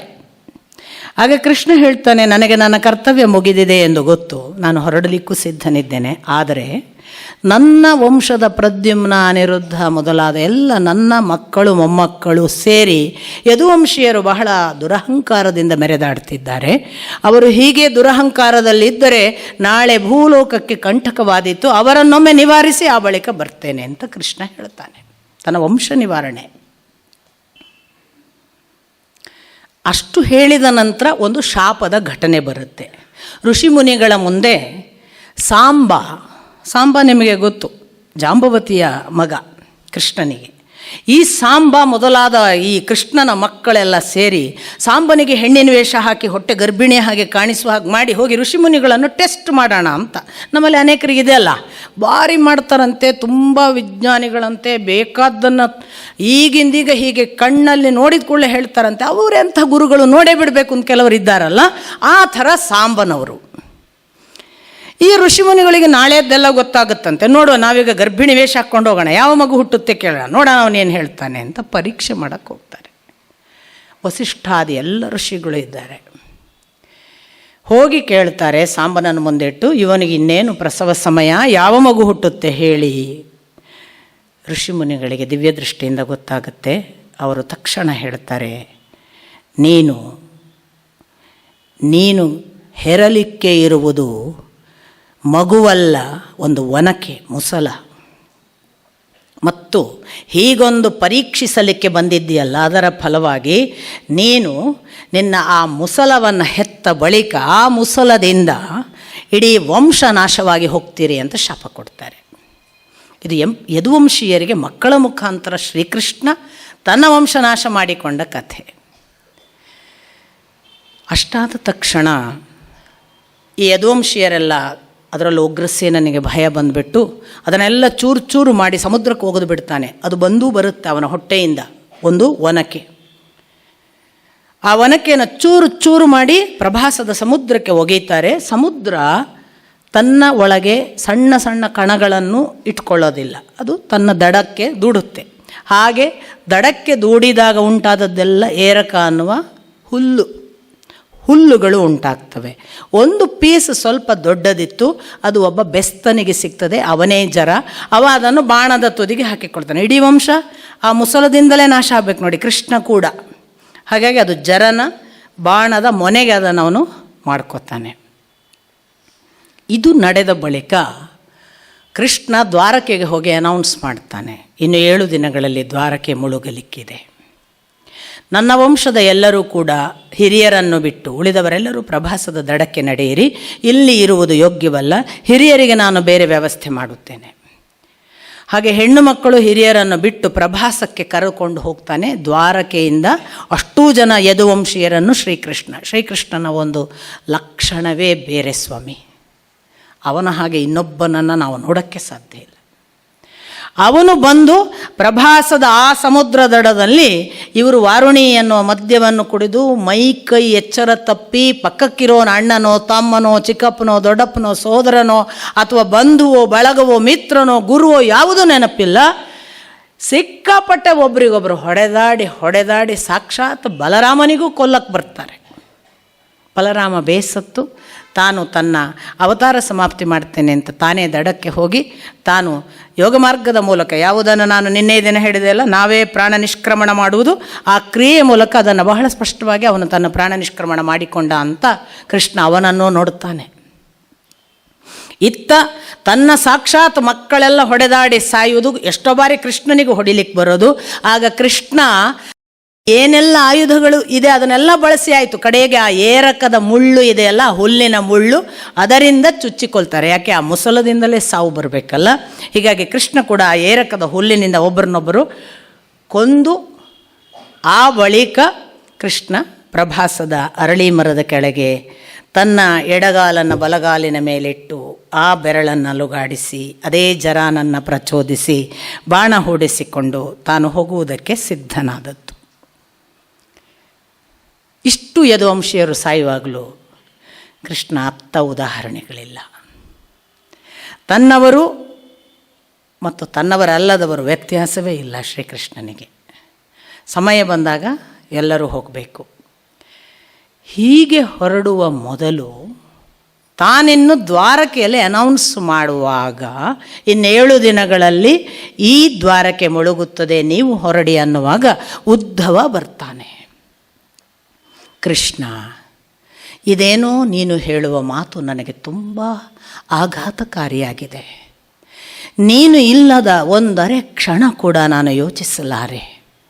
ನೀನು ಹೇಳುವ ಮಾತುಗಳನ್ನು ಕೇಳಿದರೆ ನೀನು ಯಾವುದನ್ನು ಯೋಜಿಸಿಕೊಂಡಂತೆ ಇದೆ. ನೀನು ಹೋಗುವ ಮೊದಲು, ನೀನು ಹೊರಡುವುದೇ ಆದರೆ, ಯದುವಂಶೀಯರೆಲ್ಲರೂ ಇಲ್ಲವಾಗುವುದಾದರೆ, ದಯವಿಟ್ಟು ಕೃಷ್ಣ ನನಗೆ ನಾನು ಇಷ್ಟು ದಿನ ನಿನ್ನನ್ನು ಭಕ್ತಿ ಮಾಡಿದ್ದರ ಒಂದು ಫಲವಾಗಿ ನಿನ್ನಿಂದ ನಾನು ಏನನ್ನಾದರೂ ಅಪೇಕ್ಷೆ ಪಡುವಂಥ ಯಾವುದೋ ಸಂತೋಷವನ್ನು ನನಗೆ ಕೊಡು. ನನಗೆ ಇಲ್ಲ ಅನ್ನಬೇಡ ಅಂತ ಒಂದೇ ಸಮನೆ ಅಳ್ತಾನೆ. ನನಗೆ ನೀನಿಲ್ಲದೆ ಇರಲು ಸಾಧ್ಯವಿಲ್ಲ ಕೃಷ್ಣ. ಕೃಷ್ಣ ಹೇಳ್ತಾನೆ ಉದ್ಧವನಿಗೆ, ಉದ್ಧವ, ನಾನು ನಿನ್ನನ್ನು ಚೆನ್ನಾಗಿ ಬಲ್ಲೆ. ನನಗೆ ನಿನ್ನ ಪರಮ ಭಕ್ತಿಯ ಸಕಲ ಸಂತೋಷಗಳು ಮುಟ್ಟಿವೆ. ನಾನು ನಿನ್ನನ್ನು ಬರಿಗೈಯಲ್ಲಿ ಕಳಿಸುವುದಿಲ್ಲ. ನನ್ನ ಬಳಿಗೆ ಬಂದ ಯಾರನ್ನೂ ನಾನು ಬರಿಗೈಯಲ್ಲಿ ಕಳುಹಿಸಿಲ್ಲ. ಇದು ನನ್ನ ಗುರುಗಳ ಮಾತು. ದೊಡ್ಡವರು ಯಾರೂ ಕೂಡ ಅವರ ಹತ್ರ ಅಪೇಕ್ಷಿಸಿ ಬಂದವರನ್ನು ಬರಿಗೈಯಲ್ಲಿ ಕಳಿಸಲ್ಲ. ಕೃಷ್ಣ ಹೇಳ್ತಾನೆ ಉದ್ಧವನಿಗೆ, ನಿನ್ನನ್ನು ನಾನು ಬರಿಗೈಯಲ್ಲಿ ಕಳುಹಿಸುವುದಿಲ್ಲ, ಆದರೆ ನೀನು ನನ್ನ ಯಾವುದೋ ಭೌತಿಕ ಕುರುಹನ್ನು ಅಪೇಕ್ಷೆ ಪಡುತ್ತಿದ್ದಿ. ನಾನಿರಬೇಕು, ನಾನು ಕಾಣಿಸಬೇಕು, ನನ್ನದು ಯಾವುದೋ ಗುರುತಿನ ಚಿಹ್ನೆ ಬೇಕು ಎಂದು ಭಾವಿಸುತ್ತಿ. ನನ್ನ ದೇಹದ ನನಗೆ ಸಂಬಂಧಪಟ್ಟ ವಸ್ತುಗಳ ಲಾಲಸೆಗೆ ಬೀಳಬೇಡ. ನಮ್ಮಲ್ಲುಂಟಲ್ಲ, ಗುರುಗಳ ಪಾದರಕ್ಷೆ ಆದರೂ ಕೊಡಿ, ಗುರುಗಳೇ ನಿಮ್ಮದೊಂದು ಖರ್ಚಿಫಾದರೂ ಕೊಡಿ, ಗುರುಗಳೇ ನೀವು ಉಪಯೋಗ ಮಾಡಿದ ತಟ್ಟೆ ಆದರೂ ಕೊಡಿ. ಕೃಷ್ಣ ಹೇಳ್ತಾನೆ, ಅಲ್ಲಿ ನಾನಿಲ್ಲ. ಕೃಷ್ಣ ಹೇಳ್ತಾನೆ, ಶ್ರೀಮದ್ ಭಾಗವತ ಎನ್ನುವ ಬಹಳ ವಿಶೇಷವಾದ, ಪೂರ್ವದಲ್ಲಿ ಬ್ರಹ್ಮ ನಾರದರಿಗೆ, ನಾರದರು ವೇದವ್ಯಾಸರಿಗೆ ಹೇಳಿದ್ದನ್ನೇ ಒಂದು ಕಾಲಕ್ಕೆ ಭಗವಂತನ ರೂಪದಲ್ಲಿ ಭಗವಂತ ನಾರಾಯಣನೇ ಸ್ವತಃ ಬ್ರಹ್ಮನಿಗೆ ಹೇಳಿದ ಎಂಬ ಆ ಶ್ರೀಮದ್ ಭಾಗವತವನ್ನು ನಾನು ಅದರ ತತ್ವಸಾರದ ಸಹಿತ ನಿನಗೆ ಧಾರೆ ಎರೆಯುತ್ತೇನೆ. ನೀನು ಅದು ನನ್ನಿಂದ ಪಡೆಯುವ ಬಹಳ ದೊಡ್ಡ ಕಾಣಿಕೆ ಎಂದು ತಿಳಿದು ಅದನ್ನು ಪಡೆದು ಇಲ್ಲಿ ಒಂದರೆ ಕ್ಷಣ ನಿಲ್ಲಬೇಡ. ನೀನು ನೇರವಾಗಿ ಬದರಿಗೆ ಹೋಗು. ಯಾರು ಬದರಿಕಾಶ್ರಮದಲ್ಲಿ ನನ್ನ ದರ್ಶನಕ್ಕೆಂದು ಬರುತ್ತಾರಲ್ಲ ಅವರಿಗೆ ಭಾಗವತವನ್ನು ನೀನು ಧಾರೆ ಎರೆ. ನೋಡಿ, ಬದರಿಗೆ ಹೋಗುವ ಕಾರಣ ಬಂದದ್ದು ಭಾಗವತವನ್ನು ಬದರಿಯಲ್ಲಿ ಉದ್ಧವ ಹೇಳ್ತಾನೆ ಶ್ರೀಕೃಷ್ಣನ ಸತ್ವವನ್ನು ಅಂತ ಪ್ರಾರಂಭ ಆದದ್ದು. ನಮಗೀಗ ಭಾಗವತ ಬಿಡಿ, ಅಲ್ಲಿ ಬದ್ರಿನಾರಾಯಣ ಎಲ್ಲಿದ್ದಾನೆ ಅಂತ ಕಟ್ಟಡಗಳ ಮಧ್ಯೆ ಹುಡುಕಬೇಕಾಗಿದೆ, ಇನ್ನೆಲ್ಲಿ ಉದ್ಧವನನ್ನು ಹುಡುಕೋದು. ಅಂತೂ ಹಾಗೆ ಅನುಗ್ರಹೀತನಾದ ಬಳಿಕ ಶ್ರೀಕೃಷ್ಣ ಪ್ರಭಾಸದಲ್ಲಿ ಅವನು ಅಷ್ಟೂ ಶ್ರೀಮದ್ ಭಾಗವತ ಅಂತ ನಾವು ಯಾವುದನ್ನು ಈಗ ಇನ್ನು ಕೇಳಲಿಕ್ಕಿದ್ದೇವೆ ಅದನ್ನಷ್ಟು ಕೊನೆಗೆ ಉಪದೇಶ ಮಾಡುವ ಒಂದು ಭಾಗವೇ ಬರುತ್ತೆ. ಅದು ದಶಮ ಸ್ಕಂಧ, ಏಕಾದಶ ಸ್ಕಂಧಗಳಲ್ಲಿ ಬರುವ ಸಂಗತಿ. ಅದನ್ನು ಇಲ್ಲಿ ಬ್ರೀಫ್ ಆಗಿ ಇಷ್ಟೇ ಹೇಳ್ತಾರೆ. ಉದ್ಧವನಿಗೆ ಸಂಪೂರ್ಣ ಭಾಗವತವನ್ನು ಉಪದೇಶಿಸಿ ಅವನನ್ನು ಕಳುಹಿಸಿದ್ದ, ಎಲ್ಲಿ ಬದರಿಗೆ ಹೋಗು ಅಂತ. ಈ ದ್ವಾರಕೆಯ ಕಡೆಯಿಂದ ಹೊರಟವ ಅವ ಯಮುನಾ ನದಿಯ ಕಡೆಗೆ ಬಂದಿದ್ದಾನೆ. ಇತ್ತ ವಿದುರನ ಭೇಟಿ. ಇಷ್ಟು ಆಗುವಾಗ ಪ್ರಭಾಸದಲ್ಲಿ ಅಷ್ಟು ಯದುವಂಶೀಯರು ನಾಶವಾದದ್ದು ಮತ್ತು ಶ್ರೀಕೃಷ್ಣ ತನ್ನ ಅವತಾರ ಸಮಾಪ್ತಿ ಮಾಡಲಿಕ್ಕೆ ಕುಳಿತುಕೊಳ್ಳಲಿಕ್ಕಿದ್ದಾನೆ ಅನ್ನೋದನ್ನು ನೋಡಿ ಉದ್ಧವ ಮತ್ತೆ ಓಡಿ ಹೋಗ್ತಾನೆ. ಕೃಷ್ಣ, ನೀನು ನನಗೆ ಶ್ರೀಮದ್ ಭಾಗವತವನ್ನು ಬೋಧಿಸಿದ್ದಿ, ಆದರೆ ನಿನ್ನನ್ನು ನೋಡದೆ, ನಿನ್ನ ಬಳಿಗಿಲ್ಲದೆ, ಒಂದರೆ ಕ್ಷಣ ನಿನ್ನ ದೃಷ್ಟಿಯ ಕೃಪಾ ಕಟಾಕ್ಷವಿಲ್ಲದೆ ನಾನು ಹೇಗೆ ಬದುಕಲಿ ಅಂತ ಮತ್ತೆ ಓಡಿ ಹೋಗ್ತಾನೆ. ನಮಸ್ಕರಿಸ್ತಾನೆ. ಕೃಷ್ಣ ಹೇಳ್ತಾನೆ, ಹೊರಡು ಉದ್ಧವ, ಮತ್ತೆ ಮತ್ತೆ ಆ ಮೋಹಕ್ಕೆ ಒಳಗಾಗಬೇಡ. ಕೃಷ್ಣನನ್ನ ಪಾದಕ್ಕೆ ನಮಸ್ಕರಿಸಿ ಉದ್ಧವ ಹೋಗ್ತಾನೆ. ತಿರುಗಿ ನೋಡ್ತಾನೆ. ಮತ್ತೆ ಹೋಗೋಕ್ಕೆ ಕಾಲು ಬರಲ್ಲ. ಮತ್ತೆ ತಿರುಗಿ ನೋಡ್ತಾನೆ. ಕೃಷ್ಣನ ನಿರ್ಗಮನವನ್ನು ನೋಡಬೇಕಲ್ವಾ ಅನ್ನುವ ಆ ಕರುಣಾರಸದ ಭಾವಗಳ ಸಹಿತವಾಗಿ ದುಃಖಿಸ್ತಾ ನಡೆದುಕೊಂಡು ಬಂದವ ಯಮುನಾ ನದಿಯಲ್ಲಿ ಸುಮ್ಮನೆ ಕೂತಿದ್ದಾನೆ. ವಿದುರನಿಗೆ ಪಾಂಡವರ ಕೌರವರ ಯುದ್ಧ ಮುಗಿದಿದೆ, ಸಿಂಹಾಸನ ಆಗಿದೆ, ಯದುವಂಶೀಯರು ನಾಶವಾಗಿದ್ದಾರೆ ಅಂತ ಸುದ್ದಿ ಗೊತ್ತುಂಟು. ಕೃಷ್ಣನ ಕಥೆ ಗೊತ್ತಿಲ್ಲ, ಯಾರು ಬದುಕಿ ಉಳಿದಿದ್ದಾರೆ ಏನೂ ಗೊತ್ತಿಲ್ಲ. ವಿದುರ ಯಾರು? ವಿದುರ ಯಾಕೆ ಇಷ್ಟು ದೊಡ್ಡ ಪಾತ್ರ? ವಾಸ್ತವಿಕ ನಿಮಗೆ ಗೊತ್ತಿರಲಿಕ್ಕೆ ಸಾಕು. ಮಾಂಡವ್ಯ ಅಂತ ಒಬ್ಬರು ಮಹಾ ಋಷಿಗಳು ತಮ್ಮ ಜೀವಿತಾವಧಿಯ ಅತ್ಯದ್ಭುತ ತಪೋಕಾಲದಲ್ಲಿ ಇದ್ದಂತಹ ಸಂದರ್ಭ. ಅವರು ಎಷ್ಟು ಚೆನ್ನಾಗಿ ತಪಸ್ಸು ಮಾಡ್ತಾರೆ ಅಂದರೆ, ನಿನ್ನೆ ದಿನ ನಾವು ಶಮೀಕರು ಮಾಡಿದ ತಪಸ್ಸು ಹೇಳಿದೆ ನಾನು, ಕಾಷ್ಠಮೌನ. ಹಾಗೆ ಮಾಂಡವ್ಯರಿಗೊಂದು ಸಮಾಧಿಸ್ಥ ಅವಸ್ಥೆ. ಅವ್ರಿಗೆ ಯಾವುದು ಗೊತ್ತಿಲ್ಲ. ಹಾಗಂತ ಕಣ್ಣು ತೆರೆದಿದ್ದಾರೆ, ಆದರೆ ಎದುರಿದ್ದು ಯಾವುದು ಕಾಣಲ್ಲ. ಮನಸ್ಸನ್ನು ಕಣ್ಣಿನಿಂದ ಅಥವಾ ಇಂದ್ರಿಯಗಳಿಂದ ತಪ್ಪಿಸಿಬಿಟ್ಟರೆ ಕಣ್ಣು ತೆರೆದಿದ್ರೂ ಕಾಣಲ್ಲ. ನಮಗೆಷ್ಟೋ ಸರಿ ಅದು ಅನುಭವಕ್ಕೆ ಬರುತ್ತೆ ನೋಡಿ. ಕಣ್ಮುಂದೆ ಹೋಗಿದ್ದೆ ಗೊತ್ತಿಲ್ವಾ? ಇಲ್ಲ, ಬಹುಶಃ ನಾನು ಪಿಕ್ಚರ್ ನೋಡೋದ್ರಲ್ಲಿ ತಲ್ಲಿನಾಗಿದ್ದೆ ಕಾಣಿಸುತ್ತೆ ಅಂತ ನಾವು ಅಂತೇವೆ. ಮನಸ್ಸು ಪಿಕ್ಚರ್ನಲ್ಲಿತ್ತು, ಎದುರಲ್ಲಿ ಹೋದವ ಗೊತ್ತಿಲ್ಲ. ಅಥವಾ ಮದುವೆ ಮನೇಲಿ ಊಟ ಮಾಡ್ತಾ ಇರ್ತೇವೆ, ಊಟದಲ್ಲಿ ತನ್ಮಯ ಆಗಿರ್ತೇವೆ, ಅವ್ರು ಮುಂದಿಂದಲೇ ಸಾವಕಾಶ ಹೇಳೋಗಿರ್ತಾರೆ. ಮರುದಿವಸ ಅವ್ರು ಸಿಕ್ಕಾಗೆ ಕೇಳ್ತೇವೆ, ನೀವು ನಮಗೆ ಕಾಣಲೇ ಇಲ್ಲ. ಅರೆ, ನಾನು ನಿನ್ನೆ ಸಾವಕಾಶ ಹೇಳಿದೆ, ನಿಮಗೆ ನೋಡಿದ್ದೇನೆ. ಹೌದಾ, ನಾನು ಊಟದಲ್ಲಿ ತನ್ಮಯ ಆಗಿದ್ದೆ ಇದು ಮನಸ್ಸು ಡಿಸ್ಕನೆಕ್ಟ್ ಆದರೆ ಕಣ್ಮುಂದೆ ಯಾವುದು ಕಾಣಿಸೋದಿಲ್ಲ. ಮಾಂಡವರಿಗೆ ಯಾವುದು ಕಾಣಲಿಲ್ಲ. ಅಂಥ ಮಾಂಡವ್ಯರ ಋಷಿ ಆಶ್ರಮಕ್ಕೆ ಒಂದಿಷ್ಟು ಡಕಾಯಿತರು ಡಕಾಯಿತತನ ಮಾಡಿಕೊಂಡು ರಾಜಭಟರಿಂದ ತಪ್ಪಿಸಿಕೊಳ್ಳಲಿಕ್ಕೆ ಓಡಿ ಬರ್ತಾರೆ. ಇವರಿಗೆ ಗೊತ್ತಿಲ್ಲ, ಮಾಂಡವ್ಯರಿಗೆ ಬಂದದ್ದು ಗೊತ್ತಿಲ್ಲ, ಏನೂ ಗೊತ್ತಿಲ್ಲ. ಈ ಡಕಾಯಿತರು ಹೋಗಿ ಋಷಿಗಳ ಆಶ್ರಮದ ಒಳಗೆಲ್ಲ ಅಡಗಿ ಕೂತ್ಕೊಳ್ತಾರೆ. ಆ ಅಡಗಿ ಕೂತಿದ್ದ ಸಂದರ್ಭದಲ್ಲಿ ರಾಜಭಟರು ಬೆನ್ನಟ್ಟಿ ಬಂದು ಹಿಡಿಯುವುದು ಮಾಂಡವ್ಯರನ್ನು. ಹೇಳಿ, ಇಲ್ಲಿ ಡಕಾಯಿತರು ಬಂದಿದ್ರ ಅಂತ ಅವರನ್ನು ಕುರುಕಿ ಕೇಳ್ತಾರೆ. ಇವರಿಗೆ ಯಾವುದು ಗೊತ್ತಿಲ್ಲ, ಇವರು ಸುಮ್ಮನೆ ಇದ್ದಾರೆ. ಮತ್ತೆ ಕೇಳ್ತಾರೆ, ಮಾಂಡವ್ಯರಿಂದ ಉತ್ತರವಿಲ್ಲ. ಡಕಾಯಿತರನ್ನು ಇವರೇ ರಾಜಭಟ್ರೆ ಹುಡುಕ್ತಾರೆ, ಸಿಕ್ಕಿ ಬೀಳ್ತಾರೆ ಅವರು. ಅಲ್ಲಿ ಋಷಿಯ ಒಳಗೆ ಆಶ್ರಮದಲ್ಲಿ ಇದ್ದಾರೆ. ರಿಪೋರ್ಟ್ ಏನಾಗುತ್ತೆ, ಎಲ್ಲ ರಾಜಕಾರಣಿಗಳಿಗೆ ಇದೇ ಥರ ಅಲ್ಲ ರಿಪೋರ್ಟ್, ಯಾವನೋ ಪಾಪದವ ಸಿಕ್ಕಿ ಒಳಗೆ ಹಾಕೋದು. ರಿಪೋರ್ಟ್ ಏನಾಗುತ್ತೆ ರಾಜನಿಗೆ ಅಂದರೆ, ಡಕಾಯಿತರನ್ನು ಋಷಿಗಳು ತಮ್ಮ ಆಶ್ರಮದಲ್ಲಿ ಇಟ್ಟುಕೊಂಡು ಏನೂ ಗೊತ್ತಿಲ್ಲದಂತೆ ನಟನೆ ಮಾಡಿದ್ರು, ಅವರು ರಕ್ಷಣೆ ಕೊಟ್ಟಿದ್ರು, ಆದ್ದರಿಂದ ಅವರಿಗೆ ಶಿಕ್ಷೆ ಆಗಬೇಕು ಅಂತ ಮಾಂಡವ್ಯರಿಗೆ ಶಿಕ್ಷೆ ಕೊಡ್ತಾನೆ ರಾಜ. ಮಾಂಡವ್ಯರಿಗೆ ಏನೂ ಗೊತ್ತಿಲ್ಲ. ಮಾಂಡವ್ಯ ಅಂಥ ತಪಸ್ವಿಗಳಿಗೆ ಶಿಕ್ಷೆ ಕೊಟ್ಟಾಗ ಎಂಥ ಶಿಕ್ಷೆ ಕೊಡ್ತಾರೆ ಅಂದರೆ, ಈ ಲೋಹದ ಮೊಳೆಯಲ್ಲಿ ಅವರ ಪೃಷ್ಠವನ್ನು, ಗುದದ್ವಾರವನ್ನು ಹುಗಿಸಿ ಕೂಡಿಸುವುದು, ಆ ಮೂಲಕ ಪ್ರಾಣ ಸಾಯಬೇಕು. ಮಾಂಡವ್ಯರು ಋಷಿಗಳಿದ್ದರಿಂದ ಅವರ ಪ್ರಾಣ ಹೋಗಲ್ಲ. ಅವರು ನೇರವಾಗಿ ಯಮನ ಹತ್ರ ಹೋಗ್ತಾರೆ, ಪ್ರಶ್ನೆ ಮಾಡ್ತಾರೆ. ಏನಯ್ಯ, ನಾನು ಏನು ತಪ್ಪು ಮಾಡಿದ್ದೇನೆ ಅಂತ ನನಗೆ ಈ ಶಿಕ್ಷೆ ಕೊಟ್ಟಿದ್ದಿ? ಲೆಕ್ಕ ಇಡೋ ನೀನಲ್ವಾ? ಯಾವ ಕಾರಣಕ್ಕೆ ನನಗೆ ಈ ಶಿಕ್ಷೆ ಕೊಟ್ಟಿದ್ದಿ ಅಂತ. ಆಗ ಮಾಂಡವ್ಯರಿಗೆ ಯಮ ಹೇಳ್ತಾನೆ, ತುಂಬ ಬಾಲಕನಿರುವಾಗ ನೀನು ದರ್ಬೆಯಂಥ ಹುಲ್ಲಿನಿಂದ ಪುಟ್ಟ ಪತಂಗ ಪಾತರಗಿತ್ತಿಯ ಹೊಟ್ಟೆಗೆ ಚುಚ್ಚಿದ್ದಿ ಅಥವಾ ಗುದದ್ವಾರಕ್ಕೆ ಚುಚ್ಚಿದ್ದಿ, ಅದಕ್ಕೆ ನಿನಗೆ ಶಿಕ್ಷೆ ಅಂತ. ಮಾಂಡವ್ಯರು ಆರ್ಗ್ಯೂ ಮಾಡ್ತಾರೆ, ಬುದ್ಧಿ ಇನ್ನೂ ಪ್ರಬುದ್ಧವಾಗದಾಗ ತಪ್ಪು ಸರಿಗಳು ಇನ್ನೂ ತಿಳಿಯದ ಹೊತ್ತಿನ ಬಾಲಕನ ತಪ್ಪಿಗೆ ಇಷ್ಟು ಕಠೋರ ಶಿಕ್ಷೆ ಕೊಟ್ಟಿಯಲ್ಲ, ನೀನು ಕೂಡ ಒಂದು ಶೂದ್ರ ಯೋನಿ ಅಥವಾ ಅವನು ಹೇಳೋದು ಹೀನ ಯೋನಿಯಲ್ಲಿ ಹುಟ್ಟಿ ಭೂಲೋಕದಲ್ಲಿ ದುಃಖ ಅನುಭವಿಸುವಂತೆ ಆಗಲಿ ಅಂತ ಯಮನಿಗೆ ಶಾಪ ಕೊಡ್ತಾರೆ ಮಾಂಡವ್ಯರು. ಹಾಗೆ ಇದ್ದ ಮಾಂಡವ್ಯರು ಅವರ ಜೀವಮಾನ ಪೂರ್ತಿ ಅವರು ಬದುಕಿದ್ರು, ಆದರೆ ಆ ಲೋಹ ಭಾಗ ಪೃಷ್ಠದಲ್ಲಿ ಕಾಯಮ್ಮ ಚುಚ್ಚುತ್ತಿತ್ತಂತೆ ಸಾಯುವವರೆಗೆ. ಮೂಲವ್ಯಾಧಿ. ನನಗೆ ಯಾವಾಗಲೂ ಅನಿಸೋದು ನಾವೆಲ್ಲ ಅಣಿ ಮಾಂಡವ್ಯರು ಅಂತ. ಅಣಿ ಅಂದರೆ ಸಂಸ್ಕೃತದಲ್ಲಿ ಆಣಿ ಅಂತ, ತುಳುವಲ್ಲಿ ಯಾವುದು ಹೇಳ್ತೇವಲ್ಲ ಅದು ಅಣಿ ಸಂಸ್ಕೃತದಲ್ಲಿ. ಅಣಿ ಅಂದರೆ ಮೊಳೆ. ಈ ಮೊಳೆ ಬಂದಿದೆ ಅಂತಲೇ ಹೇಳೋದು ನೋಡಿ ನಾವು, ಮೂಲವ್ಯಾಧಿಯ ಫಿಶರಿಗೋ ಮೊಳೆ ಬಂದಿದೆ ಅಂತಲೇ. ಈ ಮೊಳೆ ಯಾವುದೋ ಕಾಲದಲ್ಲಿ ನಾವು ಯಾವುದೋ ಪ್ರಾಣಿಗೆ ದರ್ಬೆಯಿಂದ ಚುಚ್ಚಿದ್ದಕ್ಕಾಗಿರಬೇಕು. ಪಾಪ ಜೀವಮಾನ ಪರ್ಯಂತ ಅಣಿಮಾಂಡವ್ಯರಿಗೆ ಆ ವೇದನೆಯಲ್ಲೇ ಸಾಯ್ತಾರೆ.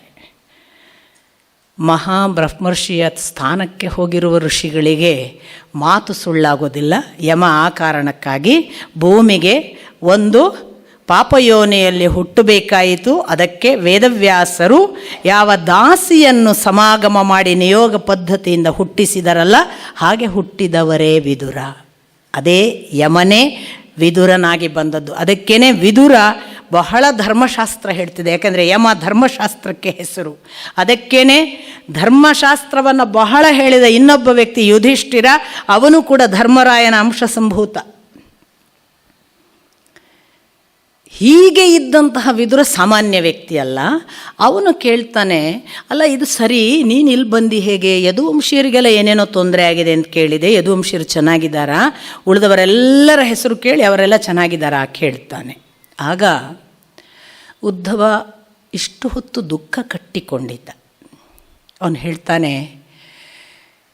ಯಾವ ಯದುವಂಶೀಯರು, ಯಾವ ಶ್ರೀಕೃಷ್ಣ, ಯಾವ ಬಲರಾಮ, ವಸುದೇವ, ದೇವಕಿ, ಹೀಗೆ ನೀನು ಅನೇಕ ಹೆಸರುಗಳನ್ನು ಕೇಳಿದೆಯಲ್ಲ ವಿದುರ.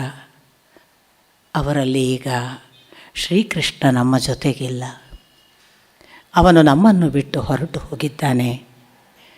ಅವನಿಲ್ಲದ ಭಾರದಲ್ಲಿ ಬಲರಾಮ ಮತ್ತು ಶ್ರೀಕೃಷ್ಣರನ್ನು ಕಳೆದುಕೊಂಡು ಅವರು ಕೊಟ್ಟ ಶ್ರೀಮದ್ ಭಾಗವತದ ಈ ರಸಧಾರೆಯನ್ನು ಹೊತ್ತುಕೊಂಡು ನಾನು ಈಗ ಈ ಯಮುನಾ ನದಿಗೆ ಬಂದಿದ್ದೇನೆ. ವಿದುರ, ಯಾದವರು ತಮ್ಮ ಅಹಂಕಾರದಲ್ಲಿ ಶ್ರೀಕೃಷ್ಣನನ್ನು ಅರ್ಥವೇ ಮಾಡಿಕೊಳ್ಳಲಿಲ್ಲ. ಅವರಿಗೆ ಎಂದೂ ಒಂದು ದಿನವೂ ಗೊತ್ತಾಗಲಿಲ್ಲ ಶ್ರೀಕೃಷ್ಣ ಎಷ್ಟು ದೊಡ್ಡವ ಎಂದು. ಅದು ಹೇಗೆ ಎಂದರೆ, ಉದಾಹರಣೆ ಕೊಡ್ತಾನೆ ಅವ. ಅದು ಹೇಗೆ ಎಂದರೆ, ನೀರಿನಲ್ಲಿ ವಾಸಿಸುವ ಜಲಚರಗಳಿಗೆ ಚಂದ್ರನ ಪ್ರತಿಬಿಂಬವೊಂದು ಅಲ್ಲಿ ಮೂಡಿದಾಗ, ಓಹೋ ಇದು ಚಂದ್ರನಿರಬೇಕು, ಆಕಾಶದ ದೇವತೆಗೆ ಸಂಬಂಧಪಟ್ಟವ ಎಂದು ಗೊತ್ತಾಗದೆ ಆ ಪ್ರತಿಬಿಂಬ ನೋಡಿ ಜಲಚರಗಳು ಇದೂ ಕೂಡ ಒಂದು ಜಲಚರ ಎಂದು ಭಾವಿಸುತ್ತವಲ್ಲ. ಹಾಗೆ ಶ್ರೀಕೃಷ್ಣನನ್ನು ಯದುವಂಶೀಯರು ತಮ್ಮ ಜೊತೆಗೇ ಓಡಾಡುವ ಒಂದು ಜಲಚರದ ಹಾಗೆ ಕಂಡರು. ಕೃಷ್ಣನನ್ನು ಒಂದು ತೆಪ್ಪ ಈ ದಡದಿಂದ ಆ ದಡಕ್ಕೆ ದಾಟಿಸುವಾಗ ಈ ತೆಪ್ಪನ್ನು ಆ ಕಡೆಗೆ ದಾಟಿಸಿದೆ ಅನ್ನುವ ಕೃತಾರ್ಥ ಭಾವವಿಲ್ಲದೆ ಅದೊಂದು ತೆಪ್ಪ ಎಂದು ನಾವು ಪರಿಗಣಿಸುವಂತೆ ಈ ಲೌಕಿಕದ ದಡದಿಂದ ಆ ಅಲೌಕಿಕ ದಡಕ್ಕೆ ಪಾರು ಮಾಡಿದ ಶ್ರೀಕೃಷ್ಣನನ್ನು ಅವರೊಂದು ದೋಣಿಯೋ ತೆಪ್ಪವೋ ಎಂದು ಭಾವಿಸಿದ್ದರು. ಯಾವ ಯದುವಂಶೀಯರಿಗೂ ಶ್ರೀಕೃಷ್ಣನ ಆಳ ಅಗಲ ವಿಸ್ತಾರ ಅರ್ಥವಾಗಲಿಲ್ಲ ವಿದುರ. ಅಂಥ ಯದುವಂಶೀಯರು ಹೀಗೊಂದು ಶಾಪದಿಂದ ಪ್ರಭಾಸದಲ್ಲಿ ಇಲ್ಲವಾಗಿ ಶ್ರೀಕೃಷ್ಣ ತಾನೂ ಕೂಡ ಜರಾನ ಮುಖಾಂತರ ತನ್ನ ಅವತಾರ ಸಮಾಪ್ತಿ ಮಾಡಿದ ಬಳಿಕ ನಾನು ಇಲ್ಲಿಗೆ ಬಂದಿದ್ದೇನೆ. ನನ್ನ ಬಳಿ ಈಗ ಶ್ರೀಕೃಷ್ಣನಿಲ್ಲ, ಆದರೆ ಅವನು ಕೊಟ್ಟ ಬೋಧೆ ಇದೆ ಅಂತ ಹೇಳಿದಾಗ ವಿದುರ ಹೇಳ್ತಾನೆ, ನಾನು ನಿನ್ನಲ್ಲಿ ಪ್ರಾಂಜಲವಾಗಿ ವಿನಂತಿಸಿಕೊಳ್ಳುತ್ತೇನೆ, ದಯವಿಟ್ಟು ನನಗೆ ಆ ಕೃಷ್ಣನು ಬೋಧಿಸಿದ ಆ ಭಾಗವತವನ್ನು ನನಗೂ ಬೋಧಿಸು. ಆಗ ಇಲ್ಲ, ಇದನ್ನು ನಾನು ನಿನಗೆ ಹೇಳುವಂತಿಲ್ಲ. ಅಂದು ನನಗೆ ಕೃಷ್ಣ ಬೋಧಿಸುವ ವೇಳೆಗೆ ಅಲ್ಲಿಗೆ ಮೈತ್ರೇಯಿ ಋಷಿಗಳು ಬಂದಿದ್ದರು. ಆ ಮೈತ್ರೇಯಿ ಋಷಿಗಳಿಗೆ ಶ್ರೀಕೃಷ್ಣ ಶ್ರೀಮದ್ ಭಾಗವತವನ್ನು ಅಥವಾ ನನಗೆ ಹೇಳಿದ ಸಾರಾಂಶವನ್ನೆಲ್ಲ ಬೋಧಿಸಿ, ಮುಂದೊಂದು ದಿನ ವಿದುರ ನಿಮಗೆ ಭೇಟಿಯಾಗುತ್ತಾನೆ, ಅವನಿಗೆ ಇದನ್ನು ಹೇಳಿ ಎಂದು ಮೈತ್ರೇಯಿಗಳಿಗೆ ಆದೇಶಿಸಿದ್ದಾನೆ, ನಿನಗೆ ಮೈತ್ರೇಯಿಗಳು ಆದೇಶಿಸುತ್ತಾರೆ, ನೀನು ಹೀಗೆ ಗಂಗಾ ನದಿಯ ಕಡೆಗೆ ಹೋಗು, ಅವರು ಸಿಗಬಹುದು ಅಂತ ಹೇಳಿ ಉದ್ಧವ ಬದರಿಯ ಕಡೆಗೆ ನಿರ್ಗಮನ ಆಗ್ತಾನೆ. ಹಾಗೆ ವಿದುರ ಬರ್ತಾನೆ. ವಿದುರ ನಡ್ಕೊಂಡು ತನ್ನ ಗಂಗಾ ನದಿಯ ದಡದಲ್ಲಿ ಬಂದು ಹುಡುಕಾಡುವಾಗ ಅಲ್ಲಿ ಮೈತ್ರೇಯಿ ಋಷಿಗಳು ಕಾಣಿಸ್ತಾರೆ. ಅವರಿಗೆ ಹೋಗಿ ನಮಸ್ಕರಿಸಿ, ನನಗೆ ಶ್ರೀಕೃಷ್ಣ ಹೀಗೆ ಆದೇಶಿಸಿದ್ದಾನೆ ಅಂತ ಉದ್ಧವ ಹೇಳಿದ್ದಾನೆ, ನಾನು ನಿಮ್ಮ ಅನುಗ್ರಹವನ್ನು ಬೇಡುವುದಕ್ಕೆ ಬಂದಿದ್ದೇನೆ ಅಂತ ಪ್ರಾರ್ಥಿಸಿಕೊಳ್ತಾನೆ. ಆಗ ಉದ್ಧವನಿಗೆ ಶ್ರೀಮದ್ ಭಾಗವತವನ್ನು ಕೃಷ್ಣ ಹೇಳಿದರೆ, ಶುಕಮುನಿಗಳು ಪರೀಕ್ಷಿತನಿಗೆ ಹೇಳಿದರೆ, ವಿದುರನಿಗೆ ಇಲ್ಲಿ ಮೈತ್ರೇಯಿಗಳು ಹೇಳ್ತಾರೆ. ಈ ಮೈತ್ರೇಯಿಗಳು ಹೇಳ್ತಾರೆ, ಇದು ನನ್ನದಲ್ಲಪ್ಪ. ಈ ಭಾವ ಮುಖ್ಯ ನೋಡಿ, ಇದು ನನ್ನದಲ್ಲಪ್ಪ. ಪೂರ್ವದಲ್ಲಿ ಇದನ್ನು ಸಂಕರ್ಷಣನು ಸನತ್ಕುಮಾರರಿಗೆ ಹೇಳಿದ. ಸನತ್ಕುಮಾರರು ಬ್ರಹ್ಮನ ಪ್ರಥಮ ಪುತ್ರರು, 4 ಜನ. ನಿಮಗೆ ಸೃಷ್ಟಿಕ್ರಿಯೆ ಹೇಳುವಾಗ ಗೊತ್ತಾಗುತ್ತೆ. ಆ ಸನತ್ಕುಮಾರರು ಅದನ್ನು ಸಾಂಖ್ಯಾಯನರಿಗೆ ಹೇಳ್ತಾರೆ. ಸಾಂಖ್ಯಾಯನರು ಅದನ್ನು ಪರಾಶರ ಬೃಹಸ್ಪತಿಗಳಿಗೆ ಹೇಳ್ತಾರೆ. ಈ ಪರಾಶರರು ಪುಲಸ್ತ್ಯರ ಅನುಮತಿ ಪಡೆದು ನನಗೆ ಹೇಳಿದರು ಅಂತ ಮೈತ್ರೇಯಿಗಳು ಹೇಳ್ತಾರೆ. ಅಂಥ ಪುಲಸ್ತ್ಯರು ಅನುಗ್ರಹ ಮಾಡಿದ್ದನ್ನು ಪರಾಶರರು ನನಗೆ ಅನುಗ್ರಹಿಸಿದರು. ಆ ಬೋಧೆಯನ್ನು ನಾನು ನಿನಗೆ ಹೇಳ್ತೇನೆ. ಥ್ರೂಔಟ್ ಕೃಷ್ಣನನ್ನು ನೀವು ನೋಡಿ ಭಗವದ್ಗೀತೆಯಲ್ಲಿ ಎಲ್ಲ ಹೇಳುವಾಗ ಈ ಋಷಿಭಿಹಿ ಪ್ರಾಹುಹು ಮರಿ ಅದನ್ನು ಬಹಳ ಹಿಂದಿನವರು ಪ್ರಾಚೀನ ಮನೀಷಿಣಃ ಆಹುಹು ಅಂತಲೇ ಹೇಳ್ತಾನೆ ಕೃಷ್ಣ. ಇದು ನನ್ನದು ಅಂತ ಎಲ್ಲೂ ವಾದ ಇಲ್ಲ. ಇಡೀ ನಾವು ಗ್ರಹಿಸಲಿಕ್ಕಿರೋದು ಈ ಪೂರ್ವ ಪರಂಪರೆಯ ಸನಾತನ ಧರ್ಮದ ಅಷ್ಟು ದೊಡ್ಡ ಜ್ಞಾನ ಮಾರ್ಗ, ಜ್ಞಾನ ಸಂಸಾರ, ಜ್ಞಾನಸಾರ, ಅದು ಎಲ್ಲೂ ಕೂಡ ನಾನು ಅನ್ನುವ ಐಡೆಂಟಿಟಿಯನ್ನು ಅಪೇಕ್ಷೆ ಪಟ್ಟದ್ದಲ್ಲ. ಅವರು ಹೇಳಿದ್ದಾರೆ, ಅವರಿಂದ ಬಂತು, ಅದು ಮುಖ್ಯ. ಇಲ್ಲಿ ಸೂತ ಪುರಾಣಿಕರಿಗೆ ಶೌನಕಾದಿಗಳು ಕೇಳಿದರು, ಶೌನಕಾದಿಗಳು ಸೂತ ಪುರಾಣಿಕರು ಹೇಳ್ತಿದ್ದಾರೆ ನಮಗೆ ಅಂತ ಅವರು ಕೃತಾರ್ಥ ಭಾವ. ಆಗ ಒಂದು ಪರಂಪರೆಯ ಭಾಗವಾಗಿ ನಾನು ನಿನಗೆ ಹೇಳ್ತೇನೆ ಅಂತ ಮೈತ್ರೇಯಿಗಳು ಪುನಃ ಇದೇ ವಿರಾಟ್ ಪುರುಷನ ವಿವರಣೆಯನ್ನು ಕೊಡ್ತಾರೆ. ನಾನು ರಿಪೀಟ್ ಮಾಡಲ್ಲ, ಸೇಮ್ ಆ್ಯಸ್ ಇಟ್ ಈಸ್. ಆಗ ಅದೇ ಪ್ರಶ್ನೆಯನ್ನು ವಿದುರ ಕೇಳ್ತಾನೆ, ಬ್ರಹ್ಮಾಂಡ ಸೃಷ್ಟಿಯನ್ನು ಹೇಳಿ. ಇದೇ ಶುಕಮುನಿಗಳ ಹತ್ರ ಪರೀಕ್ಷಿತ ಕೇಳಿದ್ದನಲ್ಲ, ಅದನ್ನು ಮೈತ್ರೇಯಿಗಳು ಮುಂದುವರಿಸಿ ಹೇಳ್ತಾರೆ, ಹೌದಪ್ಪ, ಈ ಬ್ರಹ್ಮಾಂಡ ಸೃಷ್ಟಿಯು ಒಂದು ದೊಡ್ಡ ಕತೆ.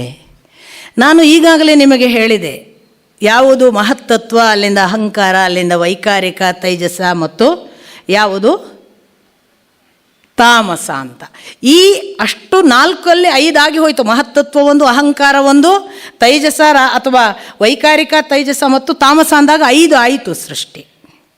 6ನೆಯ ಸೃಷ್ಟಿ ಯಾವುದು ಅಂದರೆ ನೋಡಿ, ಇದು 2 ಥರ ಹೋಗುತ್ತೆ. ನಾನು 2 ನಿಮ್ಮ ಮುಂದೆ ಹಂಗಂಗೆ ಇಡ್ತೀನಿ.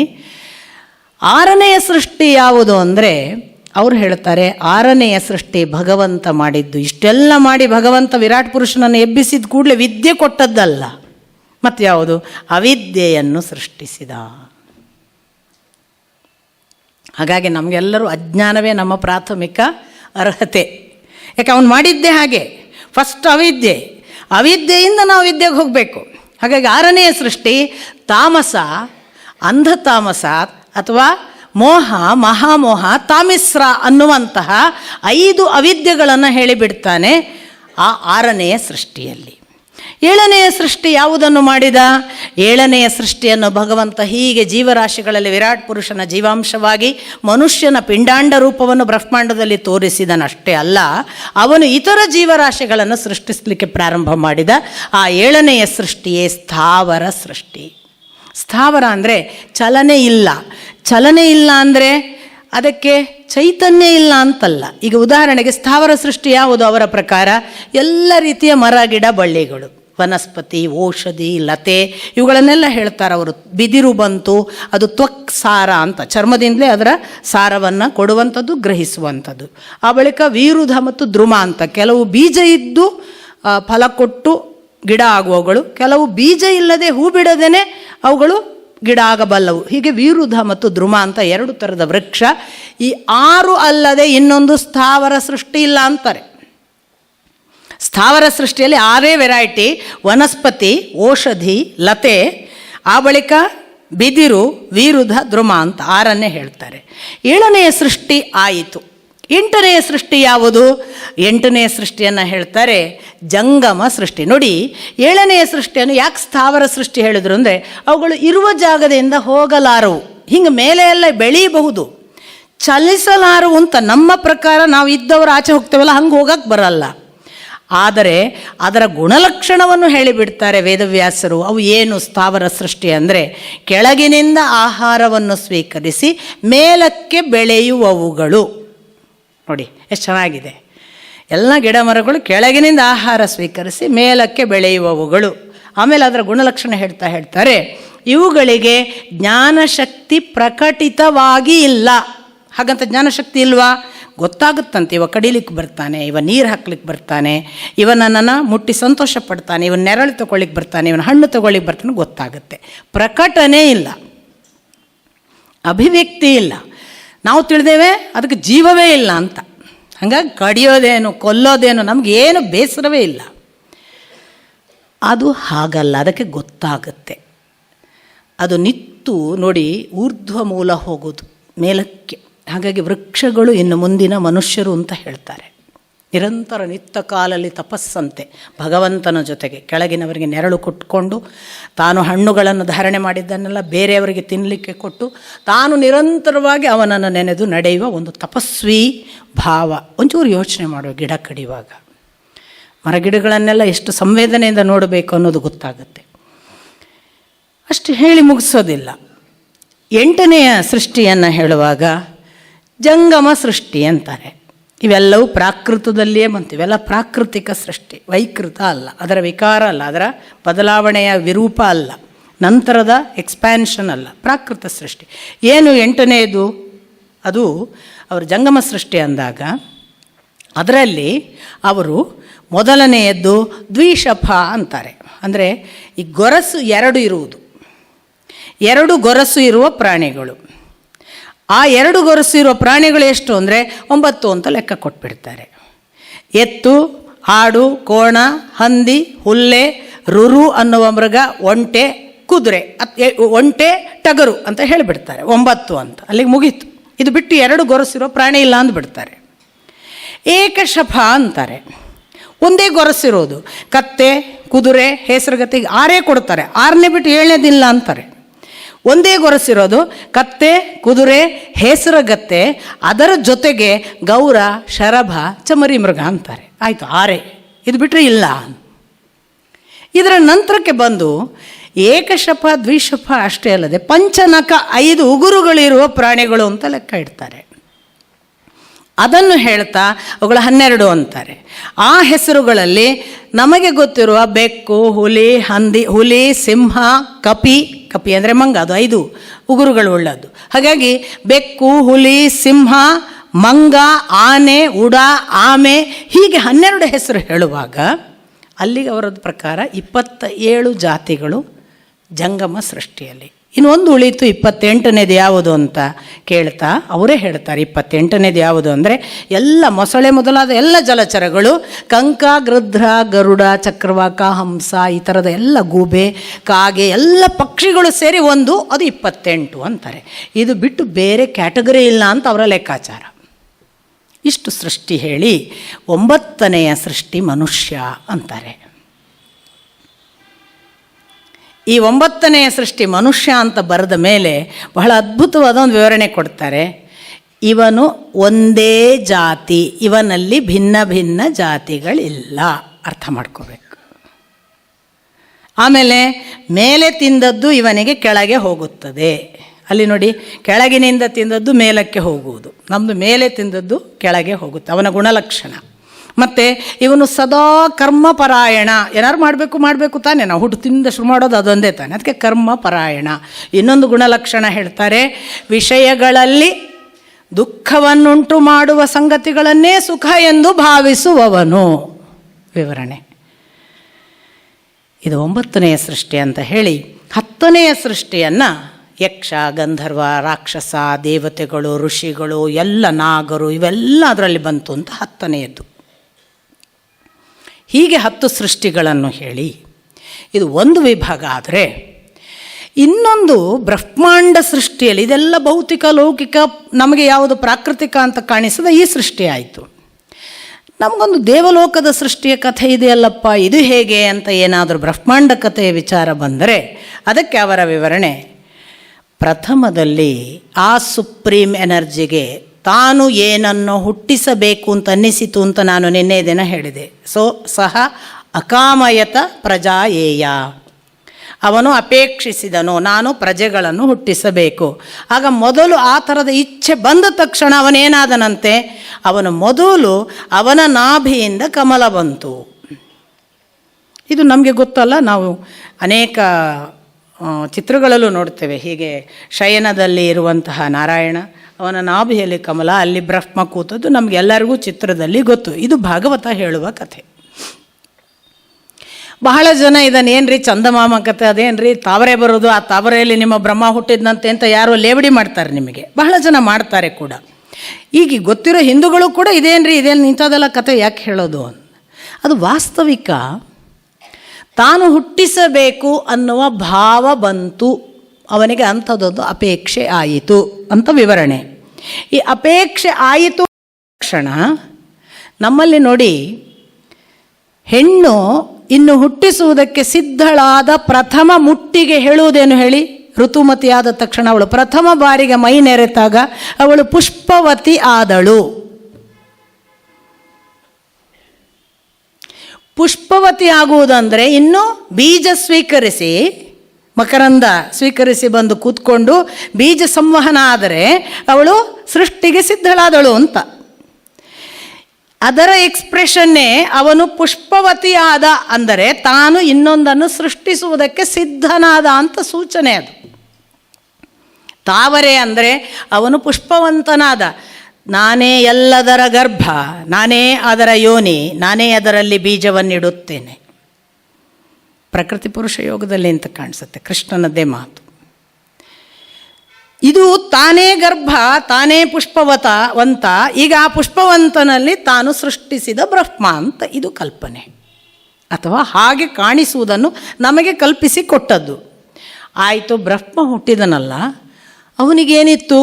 ಅವನಿಗೆ ಮಹಾ ಗಾಢಾಂಧಕಾರ, ಜಗತ್ತಿನಲ್ಲಿ ಯಾರೂ ಕಾಣೋದಿಲ್ಲ, ತಾನೊಂದು ಪುಷ್ಪದಲ್ಲಿ ಕೂತಿದ್ದಾನೆ, ಬಿಟ್ಟರೆ ನೀರೋ ನೀರು, ಆ ನೀರು ಕಪ್ಪು ಕಪ್ಪು ಗಾಢಾಂಧಕಾರದಲ್ಲಿ ಬರೇ ತಪ ತಪ ತಪ ತಪ ಹೊಡೆಯು ಹಂಗೆ ಕೇಳ್ತದಂತೆ ನೀರಿನ ಸಪ್ಪಳ, ಬಿಟ್ಟರೆ ಏನೂ ಕೇಳಲ್ಲ.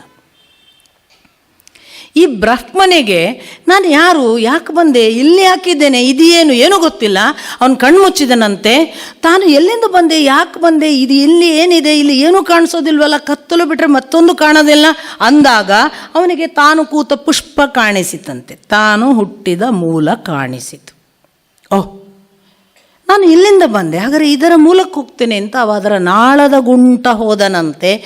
ಅದರ ಬೇರಿನ ತನಕ ಹೋದ. ಎಷ್ಟೋ ಸಹಸ್ರ ವರ್ಷಗಳ ಕಾಲ ಆ ಬೇರಿನ ಮೂಲ ಎಲ್ಲ ಹುಡುಕಾಡಿದರೂ ತಾನು ಏನು, ಎಲ್ಲಿಂದ ಬಂದೆ ಏನೂ ಗೊತ್ತಾಗಲಿಲ್ಲ.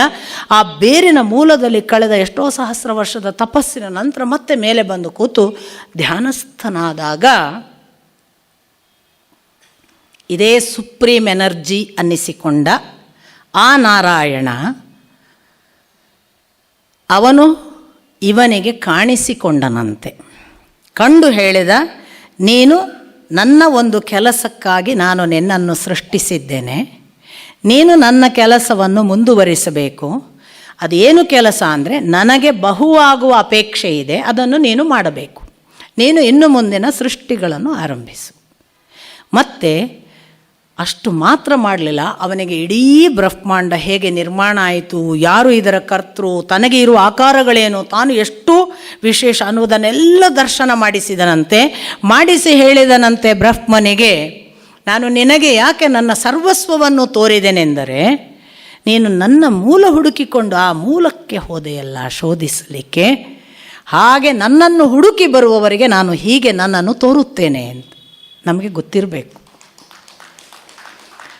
ಯಾರೆಲ್ಲ ನಾನು ಹುಟ್ಟಿದ್ದೆಲ್ಲಿ, ನನ್ನ ಅಪ್ಪ ಮಾತ್ರವಾ, ನನ್ನ ಅಪ್ಪನನ್ನು ಹುಟ್ಟಿಸಿದ್ಯಾರು, ಆ ಅಪ್ಪನನ್ನು ಹುಟ್ಟಿಸಿದ್ಯಾರು. ನೋಡಿ ಪ್ರಹ್ಲಾದ ಮಾಡಿದ ನೋಡಿ ಹಿರಣ್ಯಕಶಿಪುವಿಗೆ, ನಾನೇ ದೊಡ್ಡವ ಅಂದ ಹಿರಣ್ಯಕಶಿಪು. ಅಪ್ಪ ನೀನಲ್ಲ, ನಿನಗಿಂತ ದೊಡ್ಡವರು. ಯಾರು ಹೇಳಿದ್ದು ನಾನೇ ದೊಡ್ಡವ, ನಾನು ಬ್ರಹ್ಮನಿಂದ ಸಂಪೂರ್ಣ ತಥಾಸ್ತು ಅಂತ ತಪಸ್ಸಿನಿಂದ ಪಡೆದಿದ್ದೇನೆ ಸರ್ವಸ್ವವನ್ನು, ನಾನೇ ದೊಡ್ಡವ. ಇಲ್ಲಪ್ಪ, ನಿನಗಿಂತ ದೊಡ್ಡವನೊಬ್ಬನಿದ್ದಾನೆ, ನಾನೇ ದೊಡ್ಡವ. ಅಪ್ಪ ನಿನ್ನ ಅಪ್ಪ ಯಾರು? ನನ್ನ ಅಪ್ಪ ಕಶ್ಯಪ. ಕಶ್ಯಪನ ಅಪ್ಪ ಯಾರು? ಮರೀಚಿಗಳು. ಮರೀಚಿಯ ಅಪ್ಪ ಯಾರು? ಬ್ರಹ್ಮನ ಅಪ್ಪ ಯಾರು? ಭಗವಂತ. ಅಪ್ಪ ಅವರಪ್ಪನ ಅಪ್ಪ ಮೂಲಕ್ಕೆ ಹೋದರೆ ಯಾರೋ ಒಬ್ಬನಿದ್ದಾನಲ್ಲ, ಅವನು ದೊಡ್ಡವ, ನೀನು ದೊಡ್ಡವ ಅಂತ ಯಾಕೆ ಹೋರಾಟ ಮಾಡ್ತೀ? ಇದು ಈ ಹುಡುಕಾಟ. ನಾನು ಯಾರು, ಎಲ್ಲಿಂದ ಬಂದೆ, ನನಗಿಂತ ಮೂಲದಲ್ಲಿರುವ ನನ್ನ ಅಪ್ಪನ ಹುಟ್ಟಿಗೆ ಕಾರಣ ಯಾರು, ನನ್ನ ಅಪ್ಪನನ್ನು ಹುಟ್ಟಿಸಿದ ಅವರಪ್ಪ ಯಾರು, ಅವರಪ್ಪನ ಅಪ್ಪ ಯಾರು, ಈ ಮೂಲ ಅಪ್ಪನನ್ನು ಹುಡುಕು. ಅದಕ್ಕೇನೆ ಕನ್ನಡದಲ್ಲಿ ನೋಡಿ ಬಹಳ ಒಳ್ಳೆಯ ಶಬ್ದ, ತಂದೆ ಅಂತ. ಅಪ್ಪನಿಗೆ ಅವನು ಅಪ್ಪ ಅಲ್ಲ, ಈ ದೇಹವನ್ನು ತಂದವನು, ಕ್ರಿಯಾಪದ ಅದು, ತಂದೆ. ಈ ದೇಹವನ್ನು ತಂದೆ, ಆದರೆ ಅಪ್ಪನಲ್ಲ. ತಂದೆ ಏನು ಮಾಡ್ತೀನಿ ನೀನು, ತಂದು ನಿನ್ನ ಮುಖಾಂತರ ಆ ಅಪ್ಪನನ್ನು ನೋಡುವುದಕ್ಕೆ ಸಹಕರಿಸುವವ. ಆದ್ದರಿಂದ ತಂದೆಗೆ ಸಲ್ಲಬೇಕಾದ ಗೌರವ, ಮಾತಾಪಿತೃಗಳಿಗೆ ಸಲ್ಲಿಸಬೇಕಾದ ಗೌರವ ಯಾಕೆ ಕೊಡಬೇಕು ಅಂದರೆ, ಅವರು ಆ ಅಪ್ಪನನ್ನು ತೋರಿಸಲಿಕ್ಕೆ ತಂದವರು. ಅಂಥ ತಂದವರನ್ನು ನಗಣ್ಯ ಮಾಡಲಿಕ್ಕಿಲ್ಲ. ತಂದೆಯ ಮುಖಾಂತರ ತಂದವರೇ ದೊಡ್ಡವರಲ್ಲ ಅಂತ ತಂದೆಯೇ ಹೇಳುವುದು. ಯಾಕೆಂದರೆ ಅವರೇ ಹೇಳ್ತಾರೆ, ಮಾತೃದೇವೋಭವ ಪಿತೃದೇವೋಭವ. ಆ ದೇವನೇ ಮಾತೃವಾಗಿ, ಆ ದೇವನೇ ಪಿತೃವಾಗಿ ನಿಮ್ಮ ಹುಟ್ಟಿಗೆ ಕಾರಣನಾಗಿದ್ದಾನೆ. ಯಾಕೆಂದರೆ ಎಲ್ಲ ಬೀಜ ನಾನೇ, ನಿಮ್ಮ ಅಪ್ಪನ ಅಲ್ಲ ಅಂತ ಕೃಷ್ಣ ಸ್ಪಷ್ಟ ಹೇಳ್ತಾನೆ. ಹೀಗೆ ಇರುವಾಗ ಅಂಥ ತಂದೆಯನ್ನು ಅಥವಾ ಆ ಮೂಲ ಅಪ್ಪನನ್ನು ಕಂಡ ಬ್ರಹ್ಮ, ಯಾಕೆ ಅವನು ಶೋಧಕ್ಕೆ ಹೋದ. ನೋಡಿ, ಯಾರು ತನ್ನೊಳಕ್ಕೆ ಇಳಿದು ಆ ತಪಸ್ಸಿನ ಮೂಲಕ ಆ ಮೂಲವನ್ನು ಕಾಣಲಿಕ್ಕೆ ಪರೀಕ್ಷೆ ಮಾಡ್ತಾರೆ, ಸಾಧನೆ ಮಾಡ್ತಾರೆ, ಅವರಿಗೆ ಅವನು ಕಾಣಿಸ್ತಾನೆ ಅಂತ ಬ್ರಹ್ಮನಿಗೆ ಭಗವಂತ ಹೇಳಿ ಅನುಗ್ರಹಿಸಿ, ನೀನು ನಿನ್ನ ಸೃಷ್ಟಿ ಪ್ರಾರಂಭ ಮಾಡು ಅಂದ. ಹಾಗೆ ಸೃಷ್ಟಿಸಿದ್ದೇ. ಪ್ರಥಮದಲ್ಲಿ ಸೃಷ್ಟಿಯಾದದ್ದು ಸನಕ, ಸನಂದನ, ಸನಾತನ, ಸನತ್ಕುಮಾರ ಅನ್ನುವ 4 ಕುಮಾರರು. ಪ್ರಥಮದಲ್ಲಿ ಬ್ರಹ್ಮ ಸೃಷ್ಟಿ ಮಾಡಿದ್ದು 4 ಹುಡುಗರನ್ನು. ಈ 4 ಹುಡುಗರು ಬ್ರಹ್ಮ ಹೇಳಿದನಂತೆ, ನನ್ನ ಸೃಷ್ಟಿಕ್ರಿಯೆಯನ್ನು ಮುಂದುವರಿಸಿ, ನನಗೆ ಭಗವಂತ ಆದೇಶಿಸಿದ್ದಾನೆ, ನಾನು ನಿಮ್ಮನ್ನು ಹುಟ್ಟಿಸಿದ್ದೇನೆ, ನೀವು ಮುಂದುವರಿಸಿ. ಅವರು ಇಲ್ಲ, ಯಾಕೆ ಅವರು ಭಗವಂತನಿಂದ ನೇರ ಬಂದವರಲ್ಲ, ಅವ್ರಿಗೆ ಇಲ್ಲ ನಮಗೆ ಭಗವಂತನ ಜೊತೆಗೆ ತಪಸ್ಸು ಬೇಕು, ನಾವು ಹುಟ್ಟಿಸೋದಿಲ್ಲ ಅಂತ ತಪಸ್ಸಿಗೆ ಹೋಗ್ಬಿಟ್ರು. ಭಗವಂತನಿಗೆ ಬಹಳ ಬೇಸರವಾಯಿತು ಬ್ರಹ್ಮನಿಗೆ. ನೋಡಿ, ಇಲ್ಲಿಯೇ ಬಂದದ್ದು ಭಿನ್ನಾಭಿಪ್ರಾಯಗಳು. ಬ್ರಹ್ಮ, ವಿಷ್ಣು, ಮಹೇಶ್ವರ ಅನ್ನುವ 3 ಬಂತು ನೋಡಿ. ಮೂಲ ಸುಪ್ರೀಂ ಎನರ್ಜಿಯೇ ಕಾರಣ, ಆ ಸುಪ್ರೀಂ ಎನರ್ಜಿಯಿಂದ ಬ್ರಹ್ಮನನ್ನು ಭಗವಂತ ಸೃಷ್ಟಿಸಿದ ತನ್ನ ಕೆಲಸಕ್ಕಾಗಿ. ಈ ಬ್ರಹ್ಮ ಸೃಷ್ಟಿಕರ್ತ ಬ್ರಹ್ಮನೇ ಹೊರತು ಉಪನಿಷತ್ತು ಹೇಳುವ ಬ್ರಹ್ಮ ಅಲ್ಲ. ಉಪನಿಷತ್ತಿನಲ್ಲೊಂದು ಬ್ರಹ್ಮ ಅಂತ ಬರುತ್ತೆ. ಯಾವುದು ಬೃಹತ್, ಇದಕ್ಕಿಂತ ದೊಡ್ಡದು ಯಾವುದಿಲ್ಲವೋ ಅದು ಬ್ರಹ್ಮ. ಅಂದರೆ ಸುಪ್ರೀಂ ಎನರ್ಜಿಗೆ ಉಪನಿಷತ್ಕಾರರು ಬ್ರಹ್ಮ ಅನ್ನುವ ಪ್ರಯೋಗವನ್ನೇ ಮಾಡ್ತಾರೆ. ಹಾಗಾಗಿ ಆ ಬ್ರಹ್ಮನೂ ದೊಡ್ಡವನೇ. ಒಂದು ವೇಳೆ ಉಪನಿಷತ್ಕಾರರ ಉಲ್ಲೇಖವಾದರೆ ಅದು ಬೃಹತ್ ಅನ್ನುವ ಬ್ರಹ್ಮನೇ, ಸುಪ್ರೀಂ ಎನರ್ಜಿಯೇ. ಸಪೋಸ್ ಮಹೇಶ್ವರ ಅಂತ ಉಲ್ಲೇಖ ಬರುತ್ತೆ, ಮಹಾ ಈಶ್ವರ. ಇನ್ನು ಈ ಜಗತ್ತಿನಲ್ಲಿ ಯಾವುದು ಸುಪ್ರೀಂ ಅಂತ ಹೇಳಿದ್ದೆವೋ ಅದರ ಆಚೆಗೆ ಇನ್ನೊಂದು ಇಲ್ಲವೋ ಅದು ಮಹಾ ಈಶ್ವರ ಅಂತ ಉಲ್ಲೇಖ ಆಗಿದೆ ಅನೇಕ ಸಂದರ್ಭಗಳಲ್ಲಿ. ಆದ್ದರಿಂದ ಅದು ಸುಪ್ರೀಂ ಎನರ್ಜಿಗೆ ಇರುವ ಹೆಸರು. ವಿಷ್ಣುವನ್ನು ನಾರಾಯಣನಿಗೆ ಪರ್ಯಾಯವಾಗಿ ಅನೇಕ ಸಾರಿ ಪುರಾಣಗಳು ಉಲ್ಲೇಖ ಮಾಡೋದ್ರಿಂದ ಆ ಸುಪ್ರೀಂ ಎನರ್ಜಿಗೆ ಇರುವ ಹೆಸರಾಗಿಯೂ ಕೂಡ ಅವನ ವಿಷ್ಣು ಅನ್ನುವ ಹೆಸರು ಬಳಕೆ ಆಗೋದ್ರಿಂದ ವಿಷ್ಣು ಸರ್ವೋತ್ತಮತ್ವ ಅನ್ನೋದನ್ನು ನಾರಾಯಣನಿಗೆ ಪರ್ಯಾಯವಾಗಿ ಅದನ್ನು ಹೇಳುವ ಒಂದು ಪರಿಪಾಠ ಬಂತು. ಬೇಸಿಕಲಿ ತಿಳ್ಕೋಬೇಕು, ಸುಪ್ರೀಂ ಎನರ್ಜಿ ಒಂದಿದೆ. ಸುಪ್ರೀಂ ಎನರ್ಜಿ ನೀರಿನಲ್ಲಿರುವ ಎಲ್ಲವೂ ನಾಶವಾದರೂ ತಾನು ನಾಶವಾಗದೆ ಉಳಿಯುವ ಒಂದು ಶಕ್ತಿ. ಅದರ ಮುಖಾಂತರ ಅದು ತನ್ನ ಕೆಲಸಕ್ಕಾಗಿ ಬ್ರಹ್ಮನನ್ನು ನಿಯಮಿಸಿದೆ. ಬ್ರಹ್ಮ ತನ್ನ ಕೆಲಸಕ್ಕಾಗಿ ರುದ್ರನನ್ನು, ಅಥವಾ ನಾವು ಯಾರನ್ನು ಶಿವ ಅಂತ ಹೇಳ್ತೇವೆ, ಆ ಶಿವನನ್ನು ಸೃಷ್ಟಿಸ್ತಾನೆ. ಯಾವಾಗ ಸನಕ ಸನಾತನ ಸನತ್ ಕುಮಾರರು ಸೃಷ್ಟಿಕ್ರಿಯೆ ಮುಂದುವರಿಸೋದಿಲ್ಲ ಅಂತ ತಪಸ್ಸಿಗೆ ಹೋಗ್ತಾರೆ, ಆಗ ಬ್ರಹ್ಮನಿಗೆ ಕಂಡಪಟ್ಟೆ ಕೋಪ ಬರುತ್ತೆ. ಅವನು ಹುಬ್ಬಿನ ಗಂಟು ಮಾಡಿ ಅದರ ಮೂಲಕ ಕೋಪದ ಒಂದು ಅಗ್ನಿಯನ್ನು ಬಿಟ್ಟನಂತೆ. ಆ ನೀಲಿ ವರ್ಣದಲ್ಲಿ ಒಬ್ಬ ಸಿಟ್ಟಿನ ಆಕಾರವೇ ಹೊರಗೆ ಬಂದ ಹಾಗೆ ಬಂದ. ಅವನೇ ರುದ್ರ. ಬರುವಾಗಲೇ ಅಳ್ಕೋತ ಬಂದನಂತೆ ಅವ, ರೋದನಾಥ್ ಅಥವಾ ರೋದತಿ. ಅವನು ಹುಟ್ಟುವಾಗ ಆದ್ದರಿಂದ ರುದ್ರ ಅಂತ. ರೋದತಿ ಇತಿ ರುದ್ರ ಅಂತ ಕೆಲವರು, ರೋದನಾಥ್ ದ್ರವತಿ ಇತಿ ರುದ್ರ ಅಂತ ಇನ್ನೊಂದು ವ್ಯಾಖ್ಯಾನ. ಅಂದರೆ ಯಾರು ಅಳ್ತಾರೋ ಅವರ ಅಳುವಿಗೆ ದ್ರವಿಸುವವನು, ಕರಗುವವನು ಅವನು ರುದ್ರ. ಹಾಗೆ ಹುಟ್ಟಿದ ಶಿವ. ನೋಡಿ, ಇಮಿಡಿಯೇಟ್ ನಿಮಗೆ ಗೊತ್ತಾಗಬೇಕು ಇದೇ ಡಿಫರೆನ್ಸ್. ಈ ಶಿವ ಸುಪ್ರೀಂ ಎನರ್ಜಿ ಅಲ್ಲ ಅಂತ ಹೇಳೋದು ಅದಕ್ಕೆ. ಮಹೇಶ್ವರ ಅಂತ ಹೇಳುವಾಗ ಅವನೇ ಸುಪ್ರೀಂ ಎನರ್ಜಿ. ನಾರಾಯಣನನ್ನು ವಿಷ್ಣು ಅಂತ ಹೇಳುವಾಗ ಅವನೇ ಸುಪ್ರೀಂ ಎನರ್ಜಿ. ಬಟ್ ವಿಷ್ಣು ನಾರಾಯಣನೇ ತನ್ನ ಕೆಲಸಕ್ಕಾಗಿ ವಿಷ್ಣು ರೂಪವಾಗಿ ಬರುವಂತಹ ಕಥೆಗಳು ಪುರಾಣ ಹೇಳ್ತವೆ. ಹಾಗಾಗಿ ಅಲ್ಲಿ ನಾರಾಯಣ ಅನ್ನುವ ಸುಪ್ರೀಂ ಎನರ್ಜಿ ತನ್ನ ಅಡ್ಮಿನಿಸ್ಟ್ರೇಷನ್ ಕೆಲಸಗಳಿಗೆ, ಬ್ರಹ್ಮನನ್ನು ಸೃಷ್ಟಿಕ್ರಿಯೆಗೆ, ರುದ್ರನನ್ನು ಹುಟ್ಟಿಸಿದ ತಕ್ಷಣ ಬ್ರಹ್ಮ ಸೃಷ್ಟಿಸಿದನಲ್ಲ, ಆ ರುದ್ರ ಏನು ನನಗೆ ಅಪ್ಪಣೆ ಮಾಡುವಂಥ ಅಪ್ಪನನ್ನು ಕೇಳಿದನಂತೆ ಬ್ರಹ್ಮನನ್ನು. ಬಹಳ ಜನ ಬ್ರಹ್ಮ ಅಂತ ಯಾಕೆ ಹೇಳೋದು ಅಂತ ಕೇಳ್ತಾರೆ. ನಮ್ಮ ಅಪ್ಪ ಇದನ್ನು ಅನೇಕರಿಗೆ ಹೇಳಿದ್ದಾರೆ. ಈ ಸಾಮಗಾನದಲ್ಲಿ ಮಾತ್ರ ಬ್ರಹ್ಮ ಬ್ರಹ್ಮ ಅಂತ ಹೇಳ್ಬೋದು, ಉಳಿದ ಕಡೆ ಉಚ್ಚಾರದಲ್ಲೆಲ್ಲ ಬ್ರಹ್ಮ ಅಂತ ಅಪ್ಪನದೊಂದು ವಿವರಣೆ ಕೂಡ ಇದೆ. ನನಗೆ ಅದೆಲ್ಲಕ್ಕಿಂತ ಸರಳವಾಗಿ ನಾನು ನಿಮಗೆ ಹೇಳೋದು, ನೀವು ಬರೆಯುವಾಗ BRAHMA ಬರೀತಿರೋ MHA ಬರೀತಿರೋ ಯೋಚನೆ ಮಾಡಿ. ಹಾಕೆ ಮಕಾರ ಒತ್ತು ಬ್ರಹ್ಮ ಅನ್ನಬೇಕು. ಮ ಕೊನೆಗೆ ಬ್ರಹ್ಮ ಹೊರತು ಬ್ರಹ್ಮ ಅಲ್ಲ. ಪ್ರಹ್ಲಾದವೇ ಹೊರತು ಪ್ರಹ್ಲಾದ ಅಲ್ಲ. ಅನೇಕರು PRALHADA ಬರೀತೀರಾ, ಹಂಗೆ ಉಚ್ಚಾರ ಮಾಡ್ತಾರೆ. ಹಾಗಲ್ಲ. ಸೊ ಇದು ಉಚ್ಚಾರದ ಬಗ್ಗೆ ಇರುವ ಒಂದು ಸಣ್ಣ ವಿವರಣೆ ಅಷ್ಟೇ.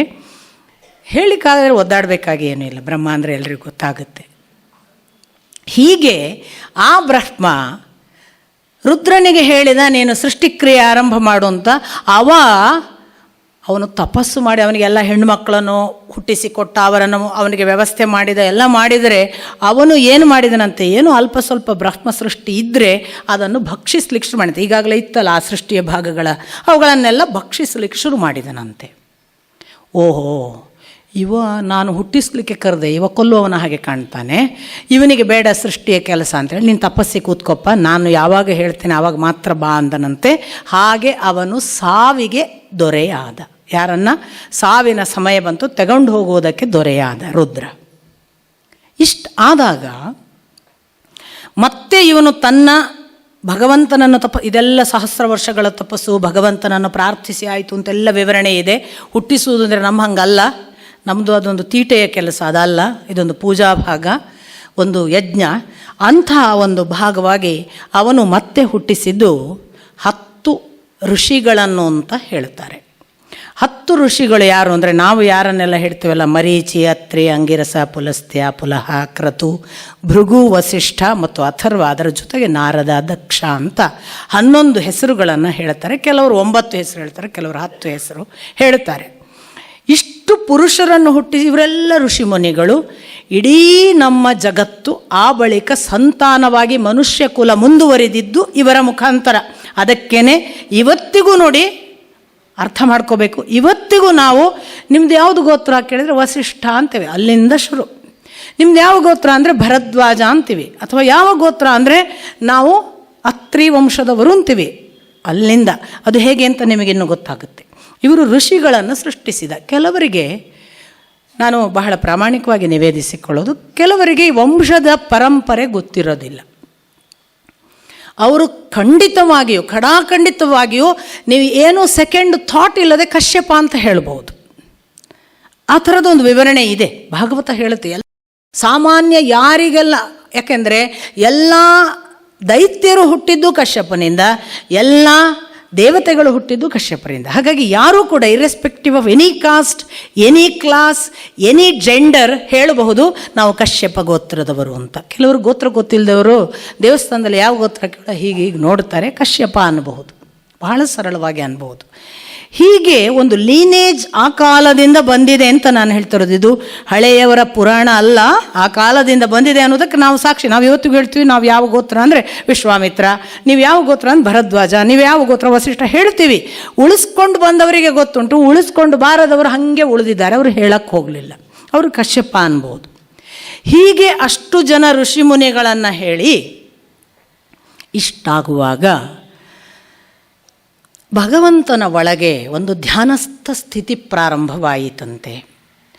ಆಗ ಅವನ ಒಳಗೆ ಇದ್ದಕ್ಕಿದ್ದ ಹಾಗೆ ಇಷ್ಟರವರೆಗೆ ಯಾವುದೆಲ್ಲ ಸೃಷ್ಟಿಯಾದದ್ದು ಇನ್ನೊಂದು ಸೃಷ್ಟಿ ಮಾಡುವಂತಹ ಶಕ್ತಿ ಬೇಕು ಅಂತ ಭಾವಿಸುವಾಗ ಆ ಶಕ್ತಿಯೇ ಸ್ತ್ರೀ ರೂಪವಾಗಿ ಸರಸ್ವತಿಯಾಗಿ ಹೊರಗೆ ಕಾಣಿಸಿಕೊಂಡಿತು. ವಿದ್ಯೆ ಪ್ರಕಟವಾಯಿತು. ಈ ಸರಸ್ವತಿಯನ್ನು ನೋಡಿದ ತಕ್ಷಣ ಅವಳ ರೂಪು, ಅವಳ ವಯ್ಯಾರ, ಅವಳ ನಾಟ್ಯ, ಅವಳ ಆ ಒಂದು ಸ್ಥಿತಿಯನ್ನು ನೋಡಿ ಸಾಕ್ಷಾತ್ ಬ್ರಹ್ಮನೇ ಮೈ ಮರೆತು ಅವಳ ಬೆನ್ನು ಹತ್ತಿದನಂತೆ. ಹೆತ್ತ ಮಗಳ ಬೆನ್ನು ಹತ್ತುವ ಅಪ್ಪ ಅಂತ ಅಲ್ಲಿ ಕುಳಿತ ಅವನದೇ ಮಕ್ಕಳು ಋಷಿಮುನಿಗಳಿದ್ದರಲ್ಲ, ಮರೀಚಿ, ಅತ್ರಿ, ಅಂಗಿರಸರು, ಏನಪ್ಪ ಇದು, ನೀನೇ ಹೆತ್ತ ನಿನ್ನ ಮಗಳ ಬೆನ್ನು ಹತ್ತುತ್ತಿ, ಲೋಕಕ್ಕೆ ಮಾದರಿಯಾಗಬೇಕಾದವ, ಲೋಕಕ್ಕೆ 4 ಜನರಿಗೆ ತಿಳುವಳಿಕೆ ಹೇಳಬೇಕಾದವ, ಈ ಥರ ಅವಳ ಬೆನ್ನು ಹತ್ತಿದರೆ ಏನು ಚಂದ, ನಿನ್ನನ್ನು ಜನ ಏನಂದಾರು ಅಂದಾಗ ಬ್ರಹ್ಮನಿಗೆ ಎಚ್ಚರ ಬಂತಂತೆ. ಓಹೋ, ಇದು ಹೀಗಾಗಬಾರದು ಅಂತ. ಅಂತರ್ಧಾನ ನಾದ ಅಂದರೆ ಡಿಸಾಲ್ವ್ ಆದ, ಇರಲಿಲ್ಲ, ಕಾಣಿಸಲಿಲ್ಲ. ಬ್ರಹ್ಮ ತಾನು ಹೆತ್ತ ಮಗಳನ್ನು ಬೆನ್ನು ಹತ್ತಿದ್ದು, ಸೇರಿದ್ದು, ಒಂದಾದದ್ದು ಅಂತರ್ಧಾನನಾದ ಅಂದರೆ ಅವಳನ್ನು ವಿಲೀನಗೊಳಿಸಿಕೊಂಡ ಅಂತ. ಇದನ್ನು ನಾವು ಜ್ಞಾನಕ್ಕೆ ವಿದ್ಯೆಯನ್ನು ಸಮಾಗಮ ಮಾಡಿದ ಬಳಿಕ ಸೃಷ್ಟಿ ಅನ್ನುವ ಅರ್ಥದಲ್ಲಿ ಗ್ರಹಿಸಬೇಕು. ತನ್ನಷ್ಟಕ್ಕೆ ಬ್ರಹ್ಮ ಸೃಷ್ಟಿಕರ್ತನಾಗಿ ಅಜ್ಞಾನದಲ್ಲಿದ್ದ ಇಷ್ಟು ಹೊತ್ತು, ಯಾಕೆಂದರೆ ಅವನ ಎಲ್ಲ ಸೃಷ್ಟಿ ಅವಿದ್ಯೆಯಲ್ಲಿತ್ತು ಅಂತ ನಾನು ಹೇಳಿದೆ. ಈಗ ಅವನು ತನ್ನನ್ನು ತಾನು ಅಂತರ್ಧಾನ ಮಾಡಿಕೊಂಡ ಬಳಿಕ ಅವನಿಗೆ ಸರಸ್ವತಿಯ ಜೊತೆಗಿನ ಒಂದು ವಿಶೇಷವಾದ ಮಿಲನವಾಯಿತು. ಅಂದ್ರೇನು, ಜ್ಞಾನ ಪ್ರಕ್ರಿಯೆಯ ಸೃಷ್ಟಿ ಆರಂಭವಾಯಿತು ಅಂತ ಅದನ್ನು ಸಾಂಕೇತಿಕವಾಗಿ ತಗೊಳ್ಬೇಕೆ ಹೊರತು ಅದು ನೇರವಾಗಿ ಅಪ್ಪ ಮಗಳ ಸಮಾಗಮ ಅಲ್ಲ. ಬ್ರಹ್ಮ ಸರಸ್ವತಿಯ ಸಮಾಗಮ ಅಂದರೆ ಬರೇ ಸೃಷ್ಟಿಕರ್ತ ಭಗವಂತನಿಗೆ ತಪೋಭಾಗವಾಗಿ ಅರ್ಪಿಸಿಕೊಂಡರೆ ಸಾಲದು, ಅದಕ್ಕೆ ಜ್ಞಾನ ಸಮಾಗಮ ಆಗಬೇಕು. ಆ ಜ್ಞಾನ ಸಮಾಗಮದ ನಂತರದ ಸೃಷ್ಟಿ ಯಾವತ್ತೂ ಕೂಡ ಉತ್ಕೃಷ್ಟ ಅಂತ. ಹಾಗೆ ಅವನು ಸಮಾಗಮ ಆದ ಬಳಿಕ ಅಂತರ್ಧಾನನಾದ, ಯಾಕೆ ಇವರಿಗೆ ಅರ್ಥ ಆಗಲ್ಲ ಅಂತ. ಆ ಬಳಿಕ ಅವನು ಮತ್ತೆ ತನ್ನ ತಪಸ್ಸಿನ ಮೂಲಕ ತನ್ನ ಕ ಅಂದರೆ ಬ್ರಹ್ಮ, ಕಾವನ್ನು ಸೀಳಿದನಂತೆ, 2 ಮಾಡಿದ. ಅದೇ ಕಾಯ. ಈ ಸೀಳಿ 2 ಉಂಟಾಯಿತಲ್ಲ, ಅದೇ ಒಂದು ಪುರುಷ ಒಂದು ಸ್ತ್ರೀಯಾಗಿ ಪ್ರಕಟವಾಯಿತು. ಅದೇ ಸ್ವಯಂಭುವ ಮನು ಮತ್ತು ಶತರೂಪ. ಈ ಸ್ವಯಂಭುವ ಮನು ಪ್ರಥಮ ಮನುಷ್ಯ. ನೋಡಿ, ಮನುವಿನಿಂದಲೇ ಇವತ್ತಿಗೂ ಶಬ್ದ ನಮಗೆಲ್ಲ ಇರೋದು ಮನುಷ್ಯ. ಮನುವಿನಿಂದ ಬಂದವರು ನಾವು. ಇಶು ಪ್ರತ್ಯಯ ಸಂಸ್ಕೃತದಲ್ಲಿ ಅದರಲ್ಲಿ ಅನ್ನೋದಕ್ಕೆ ಬರುವುದು. ಹಾಗಾಗಿ ಮನುವಿನಲ್ಲಿ ಇರುವವರು ನಾವೆಲ್ಲ, ಆದ್ದರಿಂದ ನಾವೆಲ್ಲರೂ ಮನುಷ್ಯರು. ನೋಡಿ, ಒಂದು ಶಬ್ದ ಅವತ್ತಿಂದ ಇವತ್ತಿನವರೆಗೂ ಉಳಿದಿದೆ ಅಂದರೆ ಆ ಸ್ವಯಂಭುವ ಮನು ಪ್ರಥಮ ಮನುಷ್ಯ ಅನ್ನುವುದನ್ನು ನಾವೇ ನಮ್ಮ ಹೆಸರಿನಲ್ಲಿ ಇನ್ನೂ ಉಳಿಸ್ಕೊಂಡಿದ್ದೇವೆ. ನಾವೆಲ್ಲ ಮನುಷ್ಯರು, ಮನುವಿನಲ್ಲಿ ಇರುವವರು. ಇಂಗ್ಲೀಷಿಗೆ ಬನ್ನಿ, ಮ್ಯಾನ್, ಮನುವೇ ಮ್ಯಾನ್. ಎಲ್ಲ ಕಡೆಯಲ್ಲೂ ಪ್ರೂವ್ಡ್ ಮನು ಅನ್ನುವ ಪ್ರಥಮ ಮನುಷ್ಯ. ಬ್ರಹ್ಮನ ಒಳಗೆ ಎರಡು ಪ್ರಕಟವಾಯಿತು, ಅದು ಕೂಡ ಅದೇ ಅಭಿವ್ಯಕ್ತಿ. ಪ್ರತಿ ಮನುಷ್ಯನೊಳಗೆ ಒಂದು ಹೆಣ್ಣು ಒಂದು ಗಂಡು ಇದೆ. ನಾವೆಲ್ಲರೂ ಬೈಸೆಕ್ಷುವಲ್. ನಮ್ಮಲ್ಲಿ ಪುರುಷನೂ ಇದ್ದಾನೆ, ಸ್ತ್ರೀಯೂ ಇದ್ದಾಳೆ. ನಮ್ಮ ಚೈತನ್ಯ ಭಾಗ ಸ್ತ್ರೀ ಶಕ್ತಿ, ನಮ್ಮ ಕ್ಷೇತ್ರಜ್ಞ ಭಾಗ ಪುರುಷ, ಉತ್ತಮ ಪುರುಷ, ಅವನು ಜೀವಾಂಶ. ಚೈತನ್ಯ ಜೀವ ಪುರುಷ ಮತ್ತು ಸ್ತ್ರೀ. ಒಂದು ವೇಳೆ ನಮಗೆ ನಮ್ಮ ಒಳಗಿನ ಸ್ತ್ರೀಯ ಭಾಗವು ನಮ್ಮ ಒಳಗಿನ ಪರಮಪುರುಷನ ಭಾಗವನ್ನು ಕೂಡುವ ಸುಖ ಗೊತ್ತಾದರೆ ನಾವು ಹೊರಗಿನ ಹುಡುಗನನ್ನು ಹುಡುಕೋದಿಲ್ಲ, ಅಥವಾ ನಾವು ಹೊರಗಿನ ಹುಡುಗಿಯನ್ನು ಹುಡುಕೋದಿಲ್ಲ. ಹೊರಗಿನ ಹುಡುಗರನ್ನು ಯಾಕೆ ಇಟ್ಟಿದ್ದೇನೆ ಕೃಷ್ಣ ಅಥವಾ ಭಗವಂತ ಭಾಗವತಲ್ಲಿ ಹೇಳ್ತಾನೆ, ಹೊರಗಿನ ಹುಡುಗನನ್ನು ಹೊರಗಿನ ಹುಡುಗಿಯನ್ನು ಮಾಯೆಯ ಭಾಗವಾಗಿಯೇ ಇಟ್ಟಿದ್ದೇನೆ, ನನ್ನನ್ನು ಮರೆಯಲಿ ಅಂತ. ನನ್ನನ್ನು ಮರೆತು ಅಲ್ಲಿ ಬೆನ್ನು ಹತ್ತಲಿ, ಆ ಮೂಲಕ ಏನು ಮಾಡ್ತಾರೋ ಮಾಡಲಿ ಅಂತ ನಾನು ಮೇಲಿಂದ ಕೂತು ಆಟ ನೋಡ್ತಿದ್ದೀನಿ ಅಂತಾನೆ. ಅದು ನನ್ನ ಮಾಯೆ.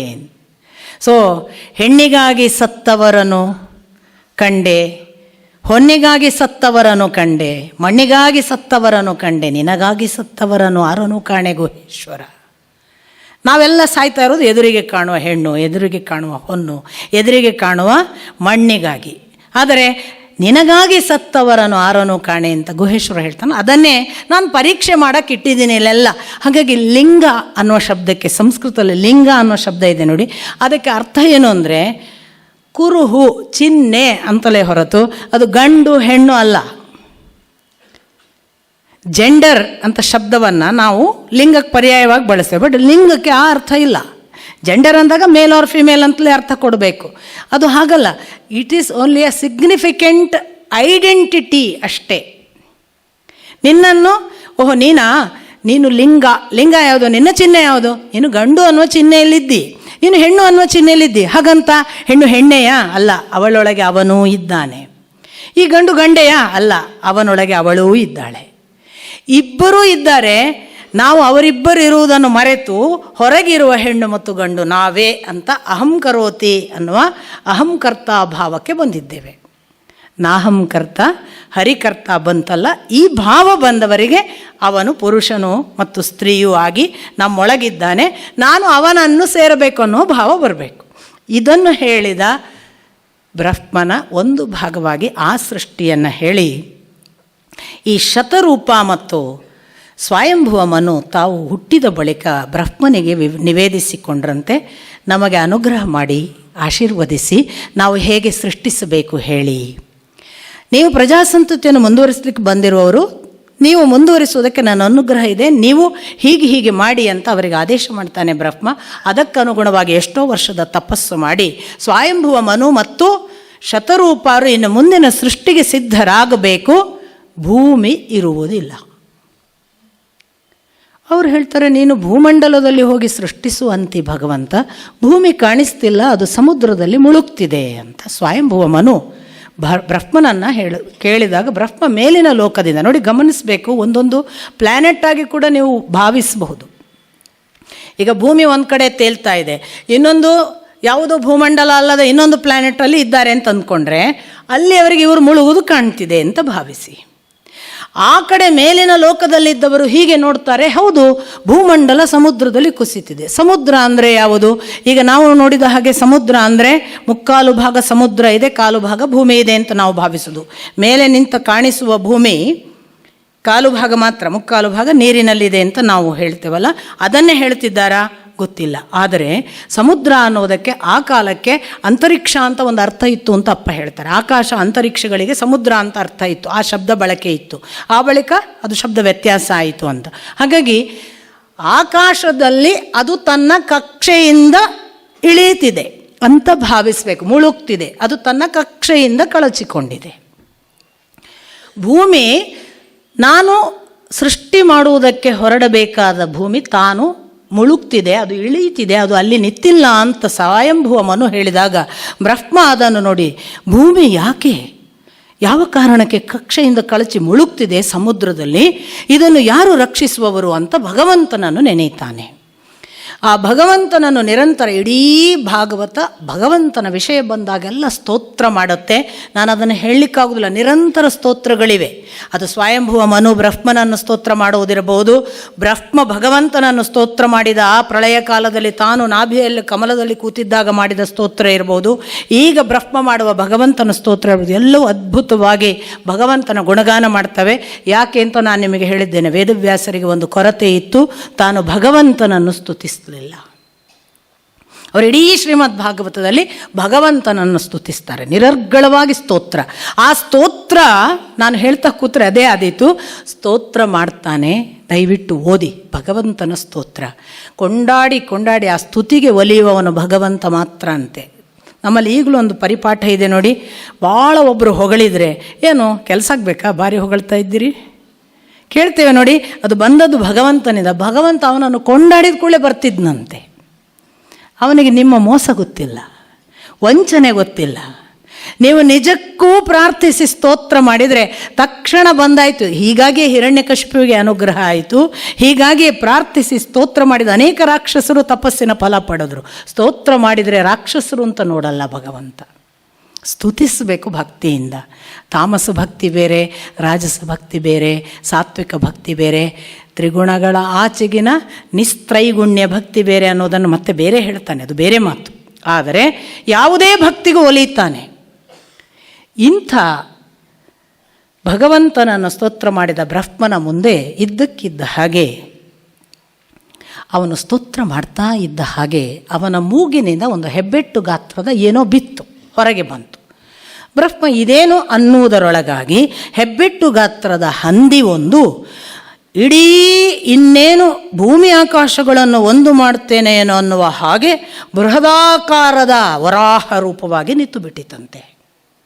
ತಕ್ಷಣವೇ ಇದು ಭಗವಂತನೇ ನನ್ನ ಕೂಗಿಗೆ ಬಂದಿರಬೇಕು, ನಾನು ಕರೆದದ್ದು ಅವನಿಗೆ ಕೇಳಿಸಿದ್ದಕ್ಕೆ ನನ್ನ ಉಸಿರಿನಿಂದಲೇ ಅವನು ಪ್ರಕಟವಾಗುವ ತನ್ನ ಅಭಿವ್ಯಕ್ತಿಯನ್ನು ಹೀಗೆ ತೋರಿರಬೇಕು ಅಂತ ಭಾವಿಸಿ ಭಗವಂತನನ್ನು ಮತ್ತೆ ಸ್ತೋತ್ರ ಮಾಡಿ ಭೂಮಂಡಲ ಕುಸಿತಿದೆ ರಕ್ಷಿಸುವಂತ ಬೇಡಿಕೊಳ್ತಾರೆ. ಹಾಗೆ ಬೇಡಿಕೊಂಡಾಗ ಆ ವರಾಹ ಅವತಾರದ ಆ ಭೌಮಾಕಾರದ ತನ್ನ ಒಂದು ದಾಡೆಯನ್ನು ಇಟ್ಟುಕೊಂಡ ಆ ಕೆಂಚು ಕೂದಲಿನ ಆ ವರಾಹ ನಾವು ನೋಡುವ ಹಾಗೆ ಭಗವಂತನನ್ನು ನೋಡ್ತಿದ್ದೇವೆ ಅಂತ ಬ್ರಹ್ಮ ಭಾವಿಸ್ತಾ ಇರುವ ಹೊತ್ತಿನಲ್ಲಿ ಇದ್ದಕ್ಕಿದ್ದ ಹಾಗೆ ತನ್ನ ಪಾದವನ್ನು ಅಲ್ಲಿರುವ ಆ ಭೂಮಂಡಲದ ಹಾಗೆ ಇರುವ ಆ ಜಗತ್ತಿನ ನೆಲವನ್ನೊಮ್ಮೆ ತುಳಿದು ಜಿಗಿದು ನೆಗೆದು ಮೋಡದ ಒಳಗೆ ತಾನು ಏಕಾಏಕಿ ಪ್ರವೇಶ ಮಾಡಿ ಮೋಡವನ್ನು ಸೀಳಿಕೊಂಡು ತಾನು ಸಮುದ್ರದಾಳಕ್ಕೆ ಡೈವ್ ಹೊಡೆದನಂತೆ. ಹಾಗೆ ಸಮುದ್ರದಾಳಕ್ಕೆ ಡೈವ್ ಹೊಡೆದಂತಹ ಆ ಭಗವಂತ ಎಲ್ಲಿ ಎಲ್ಲಿ ಅಂತ ತನ್ನ ಮೂಗಿನಿಂದ ಮೂಸಿಕೊಳ್ತಾ ಆ ಭೂಮಿಯನ್ನು ಹುಡುಕ್ತಾ ಇರುವಾಗ, ಆಹಾ ಇದು ಯಾವುದು, ಇದು ವನಗೋಚರ ಅಂತ ಕರೀತಾನೆ ಒಬ್ಬ ರಾಕ್ಷಸ. ಅಲ್ಲಿ ಇದು ಯಾವುದಿದು ವನಗೋಚರವಾಗಿದೆ ಅಥವಾ ನಾಡು ಪ್ರಾಣಿ ಯಾವುದೋ ಬಂದ ಹಾಗಿದೆ ಅಲ್ಲ, ಇದು ಹೇಗೆ ಬಂತು ನನ್ನ ಲೋಕಕ್ಕೆ ಅಂತ ಒಬ್ಬ ರಾಕ್ಷಸ ಹಿರಣ್ಯಾಕ್ಷ ಅನ್ನುವವ ಅದನ್ನು ನೋಡಿ ತನ್ನಷ್ಟಕ್ಕೆ ಗುಡುಗಿದ. ಈ ಮಾತು ಯಾವುದೂ ಕೇಳದ ಹಾಗೆ ಭಗವಂತ ತನ್ನ ಕರ್ತವ್ಯದಲ್ಲಿ ತಾನು ತಲ್ಲೀನನಾಗಿ ಆ ಭೂಮಿಯನ್ನು ಎತ್ತರಿಸಬೇಕು ಅನ್ನುವ ಏಕಮಾತ್ರ ತನ್ಮಯತೆಯ ಜೊತೆಗೆ ಭೂಮಿಯನ್ನು ಹುಡುಕಿ ಹುಡುಕಿ ಪಾತಾಳದ ಆಳದವರೆಗೆ ಹೋಗಿ ಅದನ್ನು ತನ್ನ ಕೋರೆದಾಡೆಯಲ್ಲಿ ಎತ್ತಿಕೊಂಡು ಬರುವಾಗ, ಓಹೋ ನನ್ನ ಭೂಮಿ, ನನ್ನ ಅಧೀನವಿರುವ ಭೂಮಿ ನೀನು ಅಪಹರಿಸಲಿಕ್ಕೆ ಬಂದಿದ್ದೀಯಾ? ನಿನಗೆ ಹೋರಾಡಿ ಮಾತನಾಡಿ ಗೆಲ್ಲುವ ಶಕ್ತಿ ಇಲ್ಲದಕ್ಕೆ ಭೂಮಿಯನ್ನು ಹೊತ್ತುಕೊಂಡು ಅಪಹರಿಸಿ ನಡೆದಿದ್ದೀಯಾ? ನೀನು ನನ್ನ ಮುಂದೆ ಬಂದು ನಿತ್ತುಕೋ ಅಂತ ಇವ ಬೆನ್ನಟ್ಟುತ್ತಾನೆ. ಅವನಿಗೆ ಯಾವುದಕ್ಕೂ ಗಮನ ಕೊಡದೆ ಮೊದಲು ಬಂದು ಅದನ್ನು ಕಕ್ಷೆಯಲ್ಲಿ ಜೋಡಿಸಿದನಂತೆ. ಭೂಮಂಡಲವನ್ನು ಕಕ್ಷೆಯಲ್ಲಿಟ್ಟ ಮೇಲೆ ಹೀಗೆ ತಿರುಗಿ ನೋಡಿ, ಯಾರಪ್ಪ ನೀನು, ಏನೋ ಹೇಳಿದೆಯಲ್ಲ ನಾನೊಂದು ವನದ ಪ್ರಾಣಿ, ಕಾಡು ಪ್ರಾಣಿ ಅಂತ. ಹೌದು ಹೌದು ಕರೆಕ್ಟ್. ಈ ದುಷ್ಟ ಪ್ರಾಣಿಗಳನ್ನು ಮಾರ್ಗಣ ಮಾಡುವುದರಿಂದ ನಾನು ಮೃಗವೇ, ಮೃಗದಿಂದ ಮಾರ್ಗ. ನಾನು ಅವುಗಳನ್ನು ಹುಡುಕ್ತಾ ಬರ್ತೇನೆ, ನಿನ್ನಂಥ ದುಷ್ಟ ಪ್ರಾಣಿಗಳನ್ನು. ಆದ್ದರಿಂದ ನೀನು ಹೇಳಿದ್ದು ಸರಿ, ನಾನು ವನದ ಮೃಗವೇ. ಮತ್ತು ನೀನು ಏನೋ ಹೇಳಿದೆ, ಮಾತನಾಡಲಿಕ್ಕೆ ಧೈರ್ಯವಿಲ್ಲದೆ ಮೌನವಾಗಿ ಏನೋ ಭಯದಿಂದ ಭೀತನಾಗಿ ಎಲ್ಲ ಅದನ್ನು ಇಟ್ಟಿದ್ದೇನೆ ಅಂತ. ಹೌದು, ನೀನು ಬಹಳ ಬಲಿಷ್ಠ, ನಾನಾದರೂ ದುರ್ಬಲ, ನನಗೆ ಅಷ್ಟು ಶಕ್ತಿ ಇಲ್ಲ, ನೀನಾದರೂ ಬಲಿಷ್ಠನಲ್ವಾ, ಬಾ ಹೊಡೆದು ಬಿಡು ನೋಡೋಣ ಅಂತ ನಿಂತು ಬಿಡ್ತಾನೆ. ಹಾಗೆ ಹೊಡೆದು ಬಿಡು ನೋಡೋಣ ಅಂತ ನಿಂತ ತಕ್ಷಣ ಭಗವಂತನ ಮುಂದೆ ಆ ಹಿರಣ್ಯಾಕ್ಷ ಇನ್ನಿಲ್ಲದ ಹಾಗೆ ತನ್ನ ಆಯುಧಗಳನ್ನು ಬಳಸಿ ಯುದ್ಧಕ್ಕೆ ಸಿದ್ಧನಾಗಿ ತಾನು ತನ್ನ ಗದೆಯಿಂದ ಅವನನ್ನು ಹೊಡೆಯುವಂತಹ ಬಹಳ ಸುಂದರವಾದ ಇಬ್ಬರ ಯುದ್ಧ ವಿವರಣೆ ಇದೆ. ಅವನು ಹೊಡೆಯಲಿಕ್ಕೆ ಬರ್ತಾನೆ ಅನ್ನುವಾಗ ಇವ ಸಣ್ಣಗೆ ಹೀಗೆ ತಪ್ಪಿಸಿಕೊಂಡು ಗದೆ ಅವನಿಗೆ ಸವರಿಕೊಂಡು ಹೋಗಲಿಲ್ಲ ಅನ್ನುವ ಹಾಗೆ ತಪ್ಪಿ ಹೋಗ್ತದೆ. ಮತ್ತೊಮ್ಮೆ ಅವನು ಗದೆಯಿಂದ ಇವನಿಗೆ ಹೊಡೆದಾಗ ಇವನ ಕೈ, ಭಗವಂತನ ಕೈಯ ಗದೆಯೇ ಕೆಳಗೆ ಬೀಳ್ತದೆ.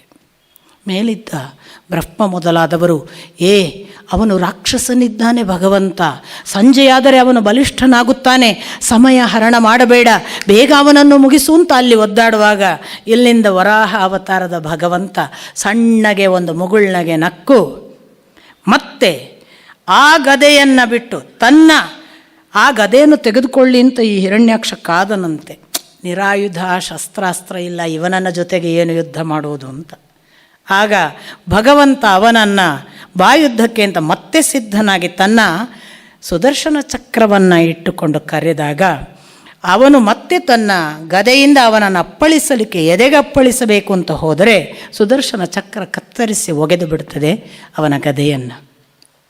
ಅಷ್ಟು ಹೊತ್ತಿಗೆ ಹಿರಣ್ಯಾಕ್ಷನಿಗೆ ತನ್ನ ಮಾಯಾವಿದ್ಯೆ ಗೊತ್ತಿರುವುದರಿಂದ ಅಲ್ಲಿ ಎಲ್ಲ ರೀತಿಯ ಸಕಲ ದುಷ್ಟ ಶಕ್ತಿಗಳು, ಮಲ ಬೀಳುವುದು, ಕಲ್ಲಿನ ಮಳೆ, ರಕ್ತದ ಸುರಿಕೆ ಎಲ್ಲವೂ ಆಗುವ ಹಾಗೆ ನೋಡ್ತಾನೆ. ಭಗವಂತ ಅವುಗಳನ್ನೆಲ್ಲ ತನ್ನ ಮಾಯಾ ವಿಲಾಸದಿಂದ ಮತ್ತೆ ಸುದರ್ಶನ ಚಕ್ರದ ಮೂಲಕ ನಿವಾರಿಸಿ ಹಿರಣ್ಯಕಶಿಪುವಿಗೆ ಎದುರಾಬದುರಾಗ್ತಾನೆ.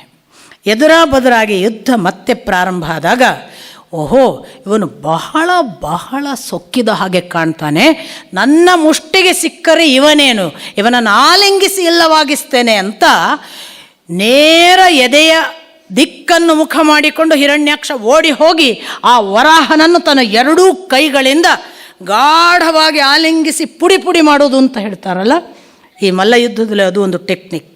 ಪುಡಿ ಪುಡಿ ಮಾಡುವ ಲೆಕ್ಕದಲ್ಲಿ ಆಲಿಂಗಿಸಿ ಹಿಡಿದಾಗ ಹಿರಣ್ಯಾಕ್ಷನಿಗೆ ಗೊತ್ತಾಯಿತಂತೆ, ಇವ ಇಲ್ಲಿ ಇಲ್ಲ, ಹೊರಗಿದ್ದಾನೆ ಅಂತ. ಕೂಡಲೇ ಮತ್ತೆ ಕೈಯನ್ನು ಮುಷ್ಟಿ ಮಾಡಿ ಅವನಿಗೆ ಹೊಡಿಬೇಕು ಅಂತ ಅವನ ಎದುರಿಗೆ ಹೋಗಿ ಅವನ ಸಮೀಪ ಬಂದು ಅವನ ಎದೆಗೆ ಹೊಡೆದರೆ ಅದೇನೋ ಮುಟ್ಟಿ ಹೋದ ಹಾಗೆ, ಅದನ್ನು ಗಮನಿಸಲೇ ಇಲ್ಲ ಭಗವಂತ ಅನ್ನುವ ಹಾಗೆ ನಡೆದ ಬಳಿಕ ಭಗವಂತ ತಾನೊಂದು ಮುಷ್ಟಿ ಮಾಡಿ ಆ ಹಿರಣ್ಯಕಶಿಪುವಿನ ಕಪಾಳಕ್ಕೆ ಒಂದು ಕೊಟ್ಟನಂತೆ. ಕೊಟ್ಟ ಅನ್ನೋದು ನಾನು ಬಳಸಿದ ಶಬ್ದ, ಮುಟ್ಟಿದ. ಇಷ್ಟು ಮುಟ್ಟಿದರ ಪರಿಣಾಮವಾಗಿ ಆ ಹಿರಣ್ಯಾಕ್ಷ ಒಂದೇ ಸಲಕ್ಕೆ ಗರ ಗರ ಗರ ತಲೆ ತಿರುಗಿದವರ ಹಾಗೆ ತಿರುಗಿ ಕಣ್ಣ ಅಲಿಗಳೆಲ್ಲ ಹೊರಕ್ಕೆ ಬಂದು ನಾಲಿಗೆ ಹೊರಕ್ಕೆ ಚಾಚಿಕೊಂಡು ಒಬ್ಬ ಉಗ್ರ ರಾಕ್ಷಸನೆಂಬ ಮಹಾಬೃಹತ್ ಗಾತ್ರದ ಬೆಟ್ಟವೊಂದು ದಡ್ಡಂತ ಪಾತಾಳ ಲೋಕದಲ್ಲಿ ಕುಸಿದ ಹಾಗೆ ಕುಸಿದು ಇಲ್ಲವಾದನಂತೆ ಆ ಹಿರಣ್ಯಾಕ್ಷನ ಚೈತನ್ಯ ಜ್ಯೋತಿ ಇವನಲ್ಲಿ ಲೀನವಾಯಿತು. ಇದು ಒಂದು ಭಾಗವಾಗಿ ಹೇಳಿದಾಗ, ಯಾರು ಹಿರಣ್ಯಾಕ್ಷ, ಅವ ಎಲ್ಲಿಂದ ಬಂದ, ಯಾಕೆ ಹೀಗೆ, ಅವನ ಚೈತನ್ಯ ಜ್ಯೋತಿ ಭಗವಂತನಲ್ಲಿ ಸೇರಿತು ಅಂತಿ, ಅವನು ದುಷ್ಟ ರಾಕ್ಷಸ ಅಂತಿ ಹೊಡೆದಾಡಿದ ಭಗವಂತನ ಜೊತೆಗೆ ಹೇಗೆ ಅಂದಾಗ, ಆಗ ಅದರ ಪೂರ್ವಕತೆ ಹೇಗಪ್ಪ, ಇದೆಲ್ಲ ಮತ್ತೆ ನೀವು ಭಾವಿಸಬೇಕು. ಶುಕಮುನಿಗಳನ್ನು ಪರೀಕ್ಷಿತ ಕೇಳ್ತಿದ್ದಾನೆ, ಮೈತ್ರೇಯಿಗಳನ್ನು ವಿದುರ ಕೇಳ್ತಿದ್ದಾನೆ, ಶೌನಕಾದಿಗಳು ಸೂತ ಪುರಾಣಿಕರನ್ನು ಕೇಳ್ತಿದ್ದಾರೆ. ಇದು ಕಥೆಯ ಭಾಗವಾಗಿ ಆಗ ಹೇಳ್ತಾನೆ, ಹೌದು, ಸನಕ ಸನಂದನ ಸನಾತನ ಸನತ್ಕುಮಾರ ಅಂತ 4 ಕುಮಾರರಿದ್ರಲ್ಲ, ಅವರು ನಿರಂತರ ತಪಸ್ವಿಗಳು, ನಿವೃತ್ತಿ ಮಾರ್ಗದ ತುದಿಯಲ್ಲಿ ಭಗವಂತನ ಸಾಕ್ಷಾತ್ಕಾರ ಮಾಡುವ ಹಂತಕ್ಕೆ ಮುಟ್ಟಿದ ಬ್ರಹ್ಮಚಾರಿಗಳು. ಎಷ್ಟು ಅವರ ನಿವೃತ್ತಿ ಮಾರ್ಗದ ಫಲ ಅಂದರೆ ಅವರು 5 ವರ್ಷದ ಬಾಲಕರ ಹಾಗೆ ಬೆಳೆಯಲೇ ಇಲ್ಲ. ಅಂಥ ಬೆಳವಣಿಗೆಯನ್ನು ಬಾಲಾವಸ್ಥೆಯಲ್ಲೇ ಇದ್ದಂತೆ ಇರುವಂತಹ ದಿಗಂಬರ ಹುಡುಗರು ಎಲ್ಲ ಭಗವಂತನ ದಾರಿಯನ್ನು ನಡೆದು ಇನ್ನೇನು ವೈಕುಂಠ ಲೋಕಕ್ಕೆ ಹೊರಟಿದ್ದಾರೆ. 7 ಮಂಟಪದ ಬಾಗಿಲುಗಳನ್ನು ದಾಟಿದ್ದಾರೆ. ಇನ್ನೇನು ಕೆಲ ದಾರಿ ದಾಟಬೇಕು. 7ನೆಯ ಮಂಟಪದವರೆಗೂ ಯಾರೂ ತಡೆದಿಲ್ಲ. 7ನೆಯ ಮಂಟಪಕ್ಕೆ ಬರುವಾಗ 2 ದ್ವಾರಪಾಲಕರು ಜಯ ವಿಜಯರು, ಯಾರೋ ಪುಡುಕೋಶಿ ಹುಡುಗರು, ಬಾಲಕರು ಬೆತ್ತಲೆ ಬಂದಿದ್ದಾವೆ, ಈ ಹುಡುಗರಿಗೆ ಕೆಲಸ ಇಲ್ಲ ಅಂತ ಭಾವಿಸಿ ತಡೀತಾರೆ, ಬಾಗಿಲಿಗೆ ಹೋಗಬೇಡಿ ಅಂತ. ನೋಡಲಿಕ್ಕೆ ಕಾಣಲಿಕ್ಕೆ ಪುಟ್ಟ ಹುಡುಗರು ಬೆತ್ತಲೆ ಬಂದಿದ್ದಾರೆ. ತಪಸ್ವಿಗಳು, ಸಾಕಷ್ಟು ವರ್ಷ ಆಗಿದೆ ಅಂತ ಪಾಪ ಈ ಜಯ ವಿಜಯರಿಗೇನು ಗೊತ್ತು. ತಡೆದ ಕೂಡಲೇ ಓಹೋ, ತಪಸ್ವಿಗಳಾಗಿ 7 ಮಂಟಪದ ದಾರಿ ನಡೆದ ನಮ್ಮನ್ನು ನೀವು ಬಾಗಿಲಿಗೆ ಅಡ್ಡ ಹಿಡಿದು ಭಗವಂತನ ದರ್ಶನ ಆಗದ ಹಾಗೆ ನೋಡಿದ್ದೀರಾ? ನೀವು ಇನ್ನು ಕೆಲವು ಕಾಲ ಹೀನಯೋನಿಯಲ್ಲಿ ಹುಟ್ಟಿ ಭಗವಂತನ ಸೇವೆಯಿಂದ ವಂಚಿತರಾಗಿ ಭೂಮಂಡಲದಲ್ಲಿ ನರಳಾಡುವ ಹಾಗಾಗಲಿ ಅಂತ ತಪಸ್ಸಿನ ಭಾಗವಾಗಿ ಶಾಪ ಕೊಡ್ತಾರೆ. ಈ ಜಯ ವಿಜಯರು ತಾವು ಮಾಡಿದ್ದು ತಪ್ಪಾಯಿತು, ಪ್ರಮಾದ ಆಯಿತು ಅನ್ನೋದ್ರೊಳಗಾಗಿ ಭಗವಂತ ಬರ್ತಾನೆ, ಸಾಕ್ಷಾತ್ ನಾರಾಯಣ ಹೇಳ್ತಾನೆ, ಅವರು ಮಾಡಿದ ತಪ್ಪಿಗೆ ನೀವು ಸರಿಯಾಗಿ ಶಪಿಸಿದ್ದೀರಿ. ಅವರು ತಮ್ಮ ಉದ್ದಟತನವನ್ನು ಮೆರೆಯಬಾರದಿತ್ತು. ಇಲ್ಲಿಯವರೆಗೆ ಬಂದವರನ್ನು ಹೀಗೆ ಅವಮಾನಿಸಿದ್ದು ಸರಿಯಲ್ಲ. ನೀವು ಕೊಟ್ಟ ಶಾಪವನ್ನು ಅವರು ಅನುಭವಿಸಲಿ. ಆದರೆ ಅವರು ಕೆಲವು ಕಾಲ ಮಾತ್ರ, ಖಾಯಂ ಅಲ್ಲ, ಕೆಲವು ಕಾಲ ಮಾತ್ರ ಆ ಭೂಮಂಡಲದಲ್ಲಿ ತಮ್ಮ ಶಾಪದ ಫಲವನ್ನು ಅನುಭವಿಸಿ ಮತ್ತೆ ನನ್ನ ಬಳಿಗೆ ಬರುವಂತಾಗಲಿ ಅಂತ ನೀವು ಹರಸಿ ಅಂತ ಹೇಳಿದಾಗ ಸನಕ ಸನಂದನಾದಿಗಳು ಹೌದು ಹಾಗೆ ಆಗಲಿ ಅಂತ ಒಪ್ಪಿಕೊಂಡರು. ಅದರ ಫಲವಾಗಿ ಇದೇ ಜಯ ವಿಜಯರೇ ಹಿರಣ್ಯಾಕ್ಷ, ಹಿರಣ್ಯಕಶಿಪು, ಅದರ ಬಳಿಕ ರಾವಣ, ಕುಂಭಕರ್ಣ, ಅದಾದ ನಂತರ ಕೃಷ್ಣ ಮತ್ತು ಶಿಶುಪಾಲರಾಗಿ, ಕೃಷ್ಣನ ಕಾಲದಲ್ಲಿ ಶಿಶುಪಾಲ ದಂತವಕ್ತರಾಗಿ ಹುಟ್ಟಿದರು ಅನ್ನುವುದನ್ನು ಶುಕಮುನಿಗಳು ಅಲ್ಲಿ ಹೇಳ್ತಾರೆ. ಇಂಥ ಹಿರಣ್ಯಾಕ್ಷನ ಕಥೆಯನ್ನು ಕೇಳಿದ ನಂತರ ಓಹೋ, ಇದು ಹೀಗಾಯಿತಾ, ಹೇಗೆ ಹಿರಣ್ಯಾಕ್ಷ ಮತ್ತು ಹಿರಣ್ಯಕಶಿಪು ಹುಟ್ಟಿದರು ಅನ್ನುವ ಕಥೆಯನ್ನು ಹೇಳಿ ಅಂದಾಗ ದಿತಿ ಅದಿತಿಗೆ ಆದ ಸಂತಾನವನ್ನು ನೋಡಿ ಕಶ್ಯಪರ ಬೆನ್ನು ಹತ್ತುತ್ತಾಳೆ. ನನಗೆ ಸಂತಾನವಿಲ್ಲ, ಅದಿತಿಗೆ ಸಂತಾನವಾಗಿದೆ, ನನಗೆ ಸಂತಾನ ಬೇಕು ಅಂತ ಒಂದು ಮುಸ್ಸಂಜೆಯ ಹೊತ್ತು ಹಠ ಹಿಡಿತಾಳೆ. ಇದು ಸಂಧ್ಯಾ ಸಮಯ, ಇದು ಸಂತಾನಕ್ಕೆ ಯೋಗ್ಯವಲ್ಲ, ನೀನು ಈ ಹೊತ್ತಿಗೆ ನನ್ನನ್ನು ಒತ್ತಾಯ ಮಾಡಬೇಡ ಅಂತ ಕಶ್ಯಪರು ಎಷ್ಟು ಬೇಡಿಕೊಂಡ್ರೂ ಅವಳು ಕೇಳೋದಿಲ್ಲ. ಅವಳು ಮತ್ತೆ ಮತ್ತೆ ಹಠ ಹಿಡಿತಾಳೆ, ನನಗೆ ಈಗ ಸಂತಾನ ಬೇಕೇ ಬೇಕು. ಆಗ ಕಶ್ಯಪರು ಹೇಳ್ತಾರೆ, ನೋಡು ನನ್ನ ಮಾತನ್ನು ನಡೆಸಿಕೊಡು, ನಿನಗೆ ಸಂತಾನವನ್ನು ಯೋಗ್ಯ ಸಮಯದಲ್ಲಿ ಒದಗಿಸ್ತೇನೆ ಅಂದರೂ ನೀನು ಕೇಳದೆ ಹಠ ಹಿಡಿಬೇಡ ಅಂದಾಗ ಅವಳು ತೀರಾ ಲಜ್ಜೆಗೇಡಿಯ ಹಾಗೆ ಅವರ ವಸ್ತ್ರವನ್ನು ಸೆಳೆಯುತ್ತಾರೆ.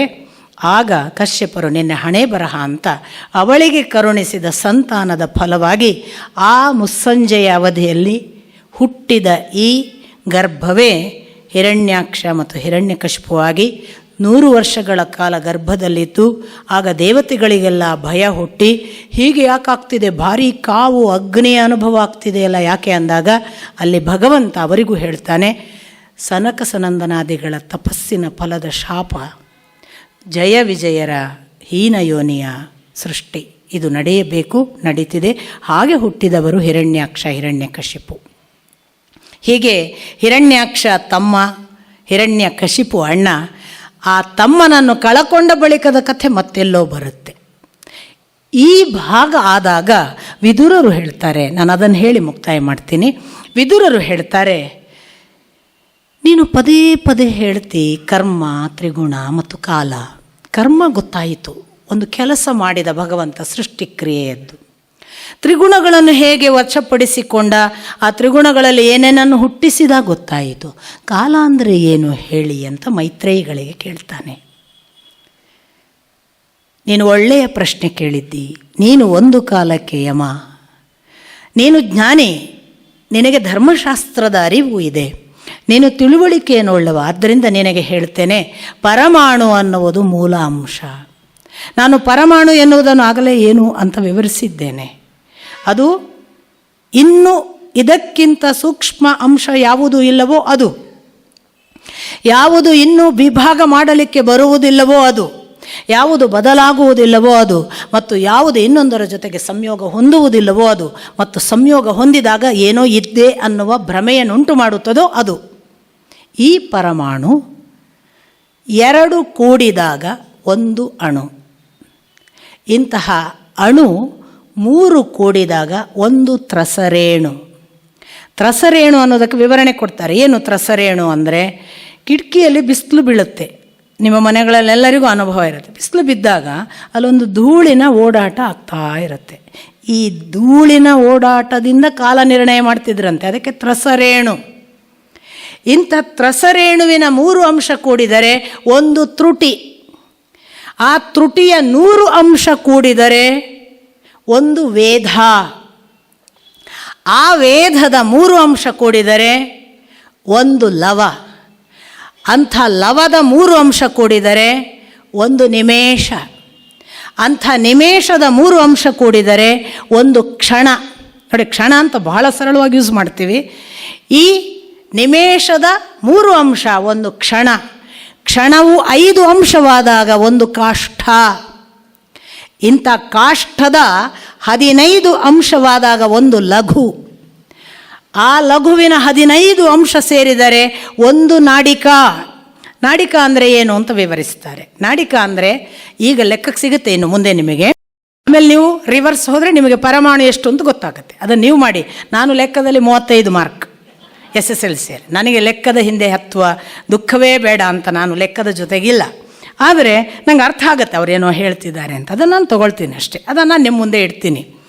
ನೋಡಿ, ನಾಡಿಕ ಅಂದರೆ ಅವರ ಪ್ರಕಾರ 20 ಗುಲುಗುಂಜಿ. ಗುಲುಗುಂಜಿ ಅಂತ ಗೊತ್ತು ನಿಮಗೆ, ಕಪ್ಪು ಕಣ್ಣಿನ ಕೆಂಪು ಕಾಯಿ, ಕೆಂಪು ಇರುತ್ತೆ ಒಂದು ಕಪ್ಪು ಕಣ್ಣಿರು ಅಂತ 20 ಗುಲುಗುಂಜಿ ತೂಕದ ಚಿನ್ನ ಇರಬೇಕಂತೆ. ಚಿನ್ನ. ಆ ಚಿನ್ನವನ್ನು 4 ಅಂಗುಲ, ಅಂಗುಲ ಅಂದರೆ ಗೊತ್ತು ನಿಮಗೆ, ಅಂತ 4 ಅಂಗುಲ ಸೂಜಿ ಮಾಡಬೇಕಂತೆ ಆ ಚಿನ್ನದಿಂದ. ಅದನ್ನು 6 ಫಲ, ಫಲ ಅನ್ನೋದು ಒಂದು ತೂಕದ ಮಾಪಕ ಒಂದು ಕಾಲಕ್ಕೆ. 6 ಫಲ ತೂಕವುಳ್ಳ ತಾಮ್ರದ ತಂಬಿಗೆಯ ಬುಡಕ್ಕೆ ತೂತು ಕೊರಿಬೇಕಂತೆ ಆ ಚಿನ್ನದ ಸೂಜಿಯಲ್ಲಿ. ತೂತು ಕೊರೆದ ಮೇಲೆ, ಅಂದರೆ ತಾಮ್ರ ಮೇಕಿಂಗ್ನಲ್ಲೇ ಆ ಸೂಜಿ ಇಟ್ಟು ಮಾಡ್ತಿರ್ಬೇಕು ಅಂತ ಭಾವಿಸಬೇಕು. ಆ ತೂತಿನಲ್ಲಿ ಆ ತಂಬಿಗೆಯನ್ನು, ತೂತಿರುವ ತಂಬಿಗೆಯನ್ನು ಒಂದು ಸೇರು ನೀರಿನ ಒಳಗೆ ಹೀಗೆ ಇಡಬೇಕು. ಅಂದರೆ ಅದರ ಮುಖ ಮೇಲೆ ಮಾಡಿ ತಂಬಿಗೆಯ ತೂತಿನ ಭಾಗವನ್ನು ನೀರಿಗೆ ಇಡಬೇಕು. ತೂತಿನ ಮೂಲಕ ನೀರು ತುಂಬುತ್ತಲ್ಲ, ತಾಮ್ರದ ತಂಬಿಗೆ ತುಂಬುವ ಅವಧಿ ಉಂಟಲ್ಲ, ಅದು ಒಂದು ನಾಡಿಕ ಅಂತಾರೆ. ಏನು ಎಕ್ಸ್ಪ್ಲನೇಷನ್! ಅವರ ಲೆಕ್ಕಾಚಾರಗಳ ವಿವರಣೆಯನ್ನು ನೋಡಿದರೆ ವಿಸ್ಮಯ. ನಾನು ಅದಕ್ಕೆ ಈ ವಿಸ್ಮಯಗಳು ನಿಮಗಿರಲಿ ಅಂತ ಹೇಳೋದಷ್ಟೇ. ಇದು ಎಷ್ಟು? ಇಂಥ ನಾಡಿಕ 2 ನಾಡಿಕಗಳು ಕೂಡಿದರೆ ಒಂದು ಮುಹೂರ್ತ ಅಂತಾರೆ. ಮುಹೂರ್ತ ಅಂದರೆ 48 ನಿಮಿಷ ಅಂತ ನಮಗೆ ಗೊತ್ತಾಗುತ್ತೆ. ಈಗ ಒಂದು ನಾಡಿಕ ಅಂದರೆ 24 ನಿಮಿಷ. ಅದರಿಂದ ಮೈನಸ್ ಮಾಡ್ತಾ ಹೋಗಿ ನಿಮೇಷ, ಲವ ಅಥವಾ ಅದೆಲ್ಲವನ್ನು ನೀವು ಮಾಡಿದರೆ ಪರಮಾಣು ಅಂದರೆ ಏನು ಅಂತ ಗೊತ್ತಾಗುತ್ತೆ. ಇಷ್ಟು ಹೇಳಿ, ಈ ಮುಹೂರ್ತ 3.5 ಅಂಶ ಸೇರಿದರೆ ಒಂದು ಜಾಮ ಅಂತಾರೆ. ನಮ್ಮಲ್ಲಿ ಉಂಟು ನೋಡಿ, ಒಂದು ಯಾಮ, ಒಂದು ಜಾಮ. ಬೆಳಗಿನ ಜಾಮ ಎದ್ದೆ, ಜಾಮ, ಪ್ರಹರ ಅಂತಲೂ ಅದಕ್ಕೆ ಹೆಸರು. ಈ ಒಂದು ಜಾಮ 3.5 ಮುಹೂರ್ತ ಅಂತಂದರೆ ಆಲ್ಮೋಸ್ಟ್ 3 ಗಂಟೆ. 48 × 3 ಮಾಡಿ ಆಲ್ಮೋಸ್ಟ್ 168 ಹೀಗೇನೋ ಬರುತ್ತದು, ಅಥವಾ 164 ಈ ಥರ. ಇದನ್ನು ಈ ಮುಹೂರ್ತ 3.5 ಅಂಶದ ಈ ಮುಹೂರ್ತವು ಒಂದು ಜಾಮವಾಗ್ತದೆ. ಇಂಥ 4 ಜಾಮಗಳು ಸೇರಿದರೆ, ಅಂದರೆ 3 ಗಂಟೆಯ 4 ಜಾಮಗಳು ಸೇರಿದರೆ ಒಂದು ಹಗಲು 12 ಗಂಟೆ. ಅದರ ಇನ್ನೊಂದು 4 ಅಂಶ ಸೇರಿದರೆ ರಾತ್ರಿ 12 ಗಂಟೆ. ಈ 2 4 4 ಅನ್ನುವ 8 ಜಾಮ ಸೇರಿದರೆ ಒಂದು ದಿನ. ಅಲ್ಲಿಗೆ ಬಂದರು. ಈ ಒಂದು ದಿನಕ್ಕೆ ಮುಗಿಸ್ಲಿಲ್ಲ ಅವರು. ಸಪೋಸ್ ಅಮಾವಾಸ್ಯೆಯಿಂದ ಅದು ಚಂದ್ರನ ಹುಣ್ಣಿಮೆಯವರೆಗೆ ಹೋದರೆ ಅದೊಂದು ಲೆಕ್ಕ, ಹುಣ್ಣಿಮೆಯಿಂದ ಅಮಾವಾಸ್ಯೆಗೆ ಹೋದರೆ ಅದೊಂದು ಲೆಕ್ಕ. ಆ ಪ್ರಕಾರ 15 ದಿನಕ್ಕೆ ಒಂದು ಪಕ್ಷ ಅಂದರು. 2 ಪಕ್ಷಗಳು ಸೇರಿದಾಗ ಒಂದು ಮಾಸ ಅಂದರು. ಅಂಥ ಮಾಸಗಳು 2 ಸೇರಿದಾಗ ಒಂದು ಋತು ಅಂದರು. ಅಂಥ ಋತುಗಳು ಒಟ್ಟಿಗೆ 6, ಅವುಗಳಲ್ಲಿ 3 ಋತುವಿಗೆ ಒಂದು ಅಯನ ಅಂದರು, ದಕ್ಷಿಣಾಯನ ಮತ್ತು ಉತ್ತರಾಯಣ. ಈ 2 ಅಯನಗಳು ಸೇರಿದಾಗ 1 ವರ್ಷ, ಅದೇ ಸಂವತ್ಸರ ಅಂದರು. ಈ ಸಂವತ್ಸರಕ್ಕೆ ಲೆಕ್ಕ ಕೊಡ್ತಾರೆ. ಸಂವತ್ಸರ ಅಂದರೆ ಏನು? ಸೂರ್ಯನು ಒಂದು ಮೇಷದಿಂದ ವೃಷಭಕ್ಕೆ ಚಲಿಸುವ ಸಮಯ ಇದೆಯಲ್ಲ, ಮೇಷ ಅನ್ನುವ ಒಂದು ರಾಶಿಯಿಂದ ಇನ್ನೊಂದು ರಾಶಿಗೆ ಚಲಿಸುವ ಸಮಯ ಇದೆಯಲ್ಲ, ಅದು 1 ಮಾಸ. ಅಂಥದ್ದು 12 ಆದಾಗ ಸಂವತ್ಸರ. ಆ ಬಳಿಕ ಸಂವತ್ಸರ ಮಾತ್ರ ಇದೆನಾ? ಇಲ್ಲ, ಅವರು ಹೇಳಿದರು ಸಂವತ್ಸರ ಮಾತ್ರ ಇಲ್ಲ, ಇನ್ನೊಂದು ಲೆಕ್ಕ ಇದೆ. ಏನು? ಈ ಬೃಹಸ್ಪತಿ ಅನ್ನುವ ಗುರು ಅನ್ನುವ ಗ್ರಹ ಇದೆಯಲ್ಲ, ಗುರು ಅನ್ನುವ ಗ್ರಹ ಹೀಗೆ ಒಂದು ರಾಶಿಯಿಂದ ಇನ್ನೊಂದು ರಾಶಿಗೆ ಹೋಗ್ತಾನೆ. ಅವನದೊಂದು ಸಮಯ ಇದೆ. ಆ ಸಮಯ ಉಂಟಲ್ಲ, ಅವನು ಒಂದು ರಾಶಿಯಿಂದ ಇನ್ನೊಂದು ರಾಶಿಗೆ ಚಲಿಸುವ ಸಮಯಕ್ಕೆ ಗುರುವಿನ ಮಾಸ ಅಂತ ಹೆಸರು, ಬೃಹಸ್ಪತಿ ಮಾಸ. ಆ ಗುರುವಿನ ಮಾಸವು 12 ಆದಾಗ ಉಂಟಾಗುವುದೇ ಪರಿಸಂವತ್ಸರ ಅಂದರು. ಇನ್ನೊಂದು ನಿಮ್ಮ ಲೆಕ್ಕಾಚಾರ ಇದೆ. ಏನು? ನಾನು ಹಣ ಕೊಟ್ಟಿದ್ದೇನೆ, 30 ದಿನಕ್ಕೆ 1 ತಿಂಗಳು ಬಡ್ಡಿ ಲೆಕ್ಕ. ಸೊ 30ಕ್ಕೆ 1 ತಿಂಗಳು ಅನ್ನುವ ಬಡ್ಡಿ ಲೆಕ್ಕವೋ ಚಕ್ರಬಡ್ಡಿ ಲೆಕ್ಕವೋ ಯಾವುದಕ್ಕೋ ಇಟ್ಟುಕೊಳ್ಳೋ ಮನುಷ್ಯ ಮಾಡಿಕೊಂಡ ಲೆಕ್ಕ ಇದೆಯಲ್ಲ, ಅದಕ್ಕೆ ಸಾವನ್ ಮಾಸ ಅಂತ ಹೇಳೋದು. ಈ ಸಾವನ್ ಮಾಸಗಳು 12 ಆದಾಗ ಅದಕ್ಕೆ ಇಡಾವತ್ಸರ ಅಂತ ಹೆಸರು ಅಂದರು.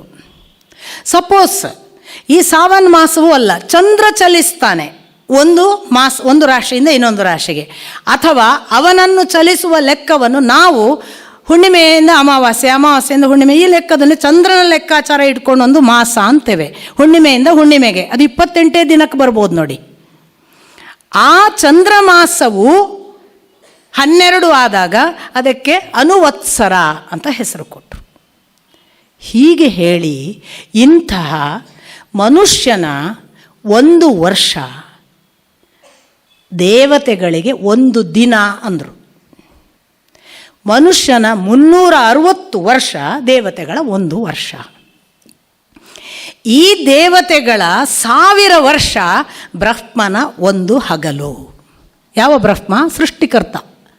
ಆ ಬ್ರಹ್ಮ ಅಲ್ಲ, ಬೃಹತ್ ಬ್ರಹ್ಮ ಅಲ್ಲ, ಭಗವಂತ ಅಲ್ಲ, ಸೃಷ್ಟಿಕರ್ತ ಬ್ರಹ್ಮನ 1 ಹಗಲಾಗಬೇಕಾದ್ರೆ ದೇವತೆಗಳ 1000 ವರ್ಷ, ಅವರ ಇನ್ನೊಂದು 1000 ವರ್ಷ ಅಂದರೆ 2000 ವರ್ಷ ಆದಾಗ ಅವನಿಗೆ ರಾತ್ರಿ. ಅಂದರೆ ದೇವತೆಗಳ 2000 ವರ್ಷ ಬ್ರಹ್ಮನಿಗೆ 1 ದಿನ.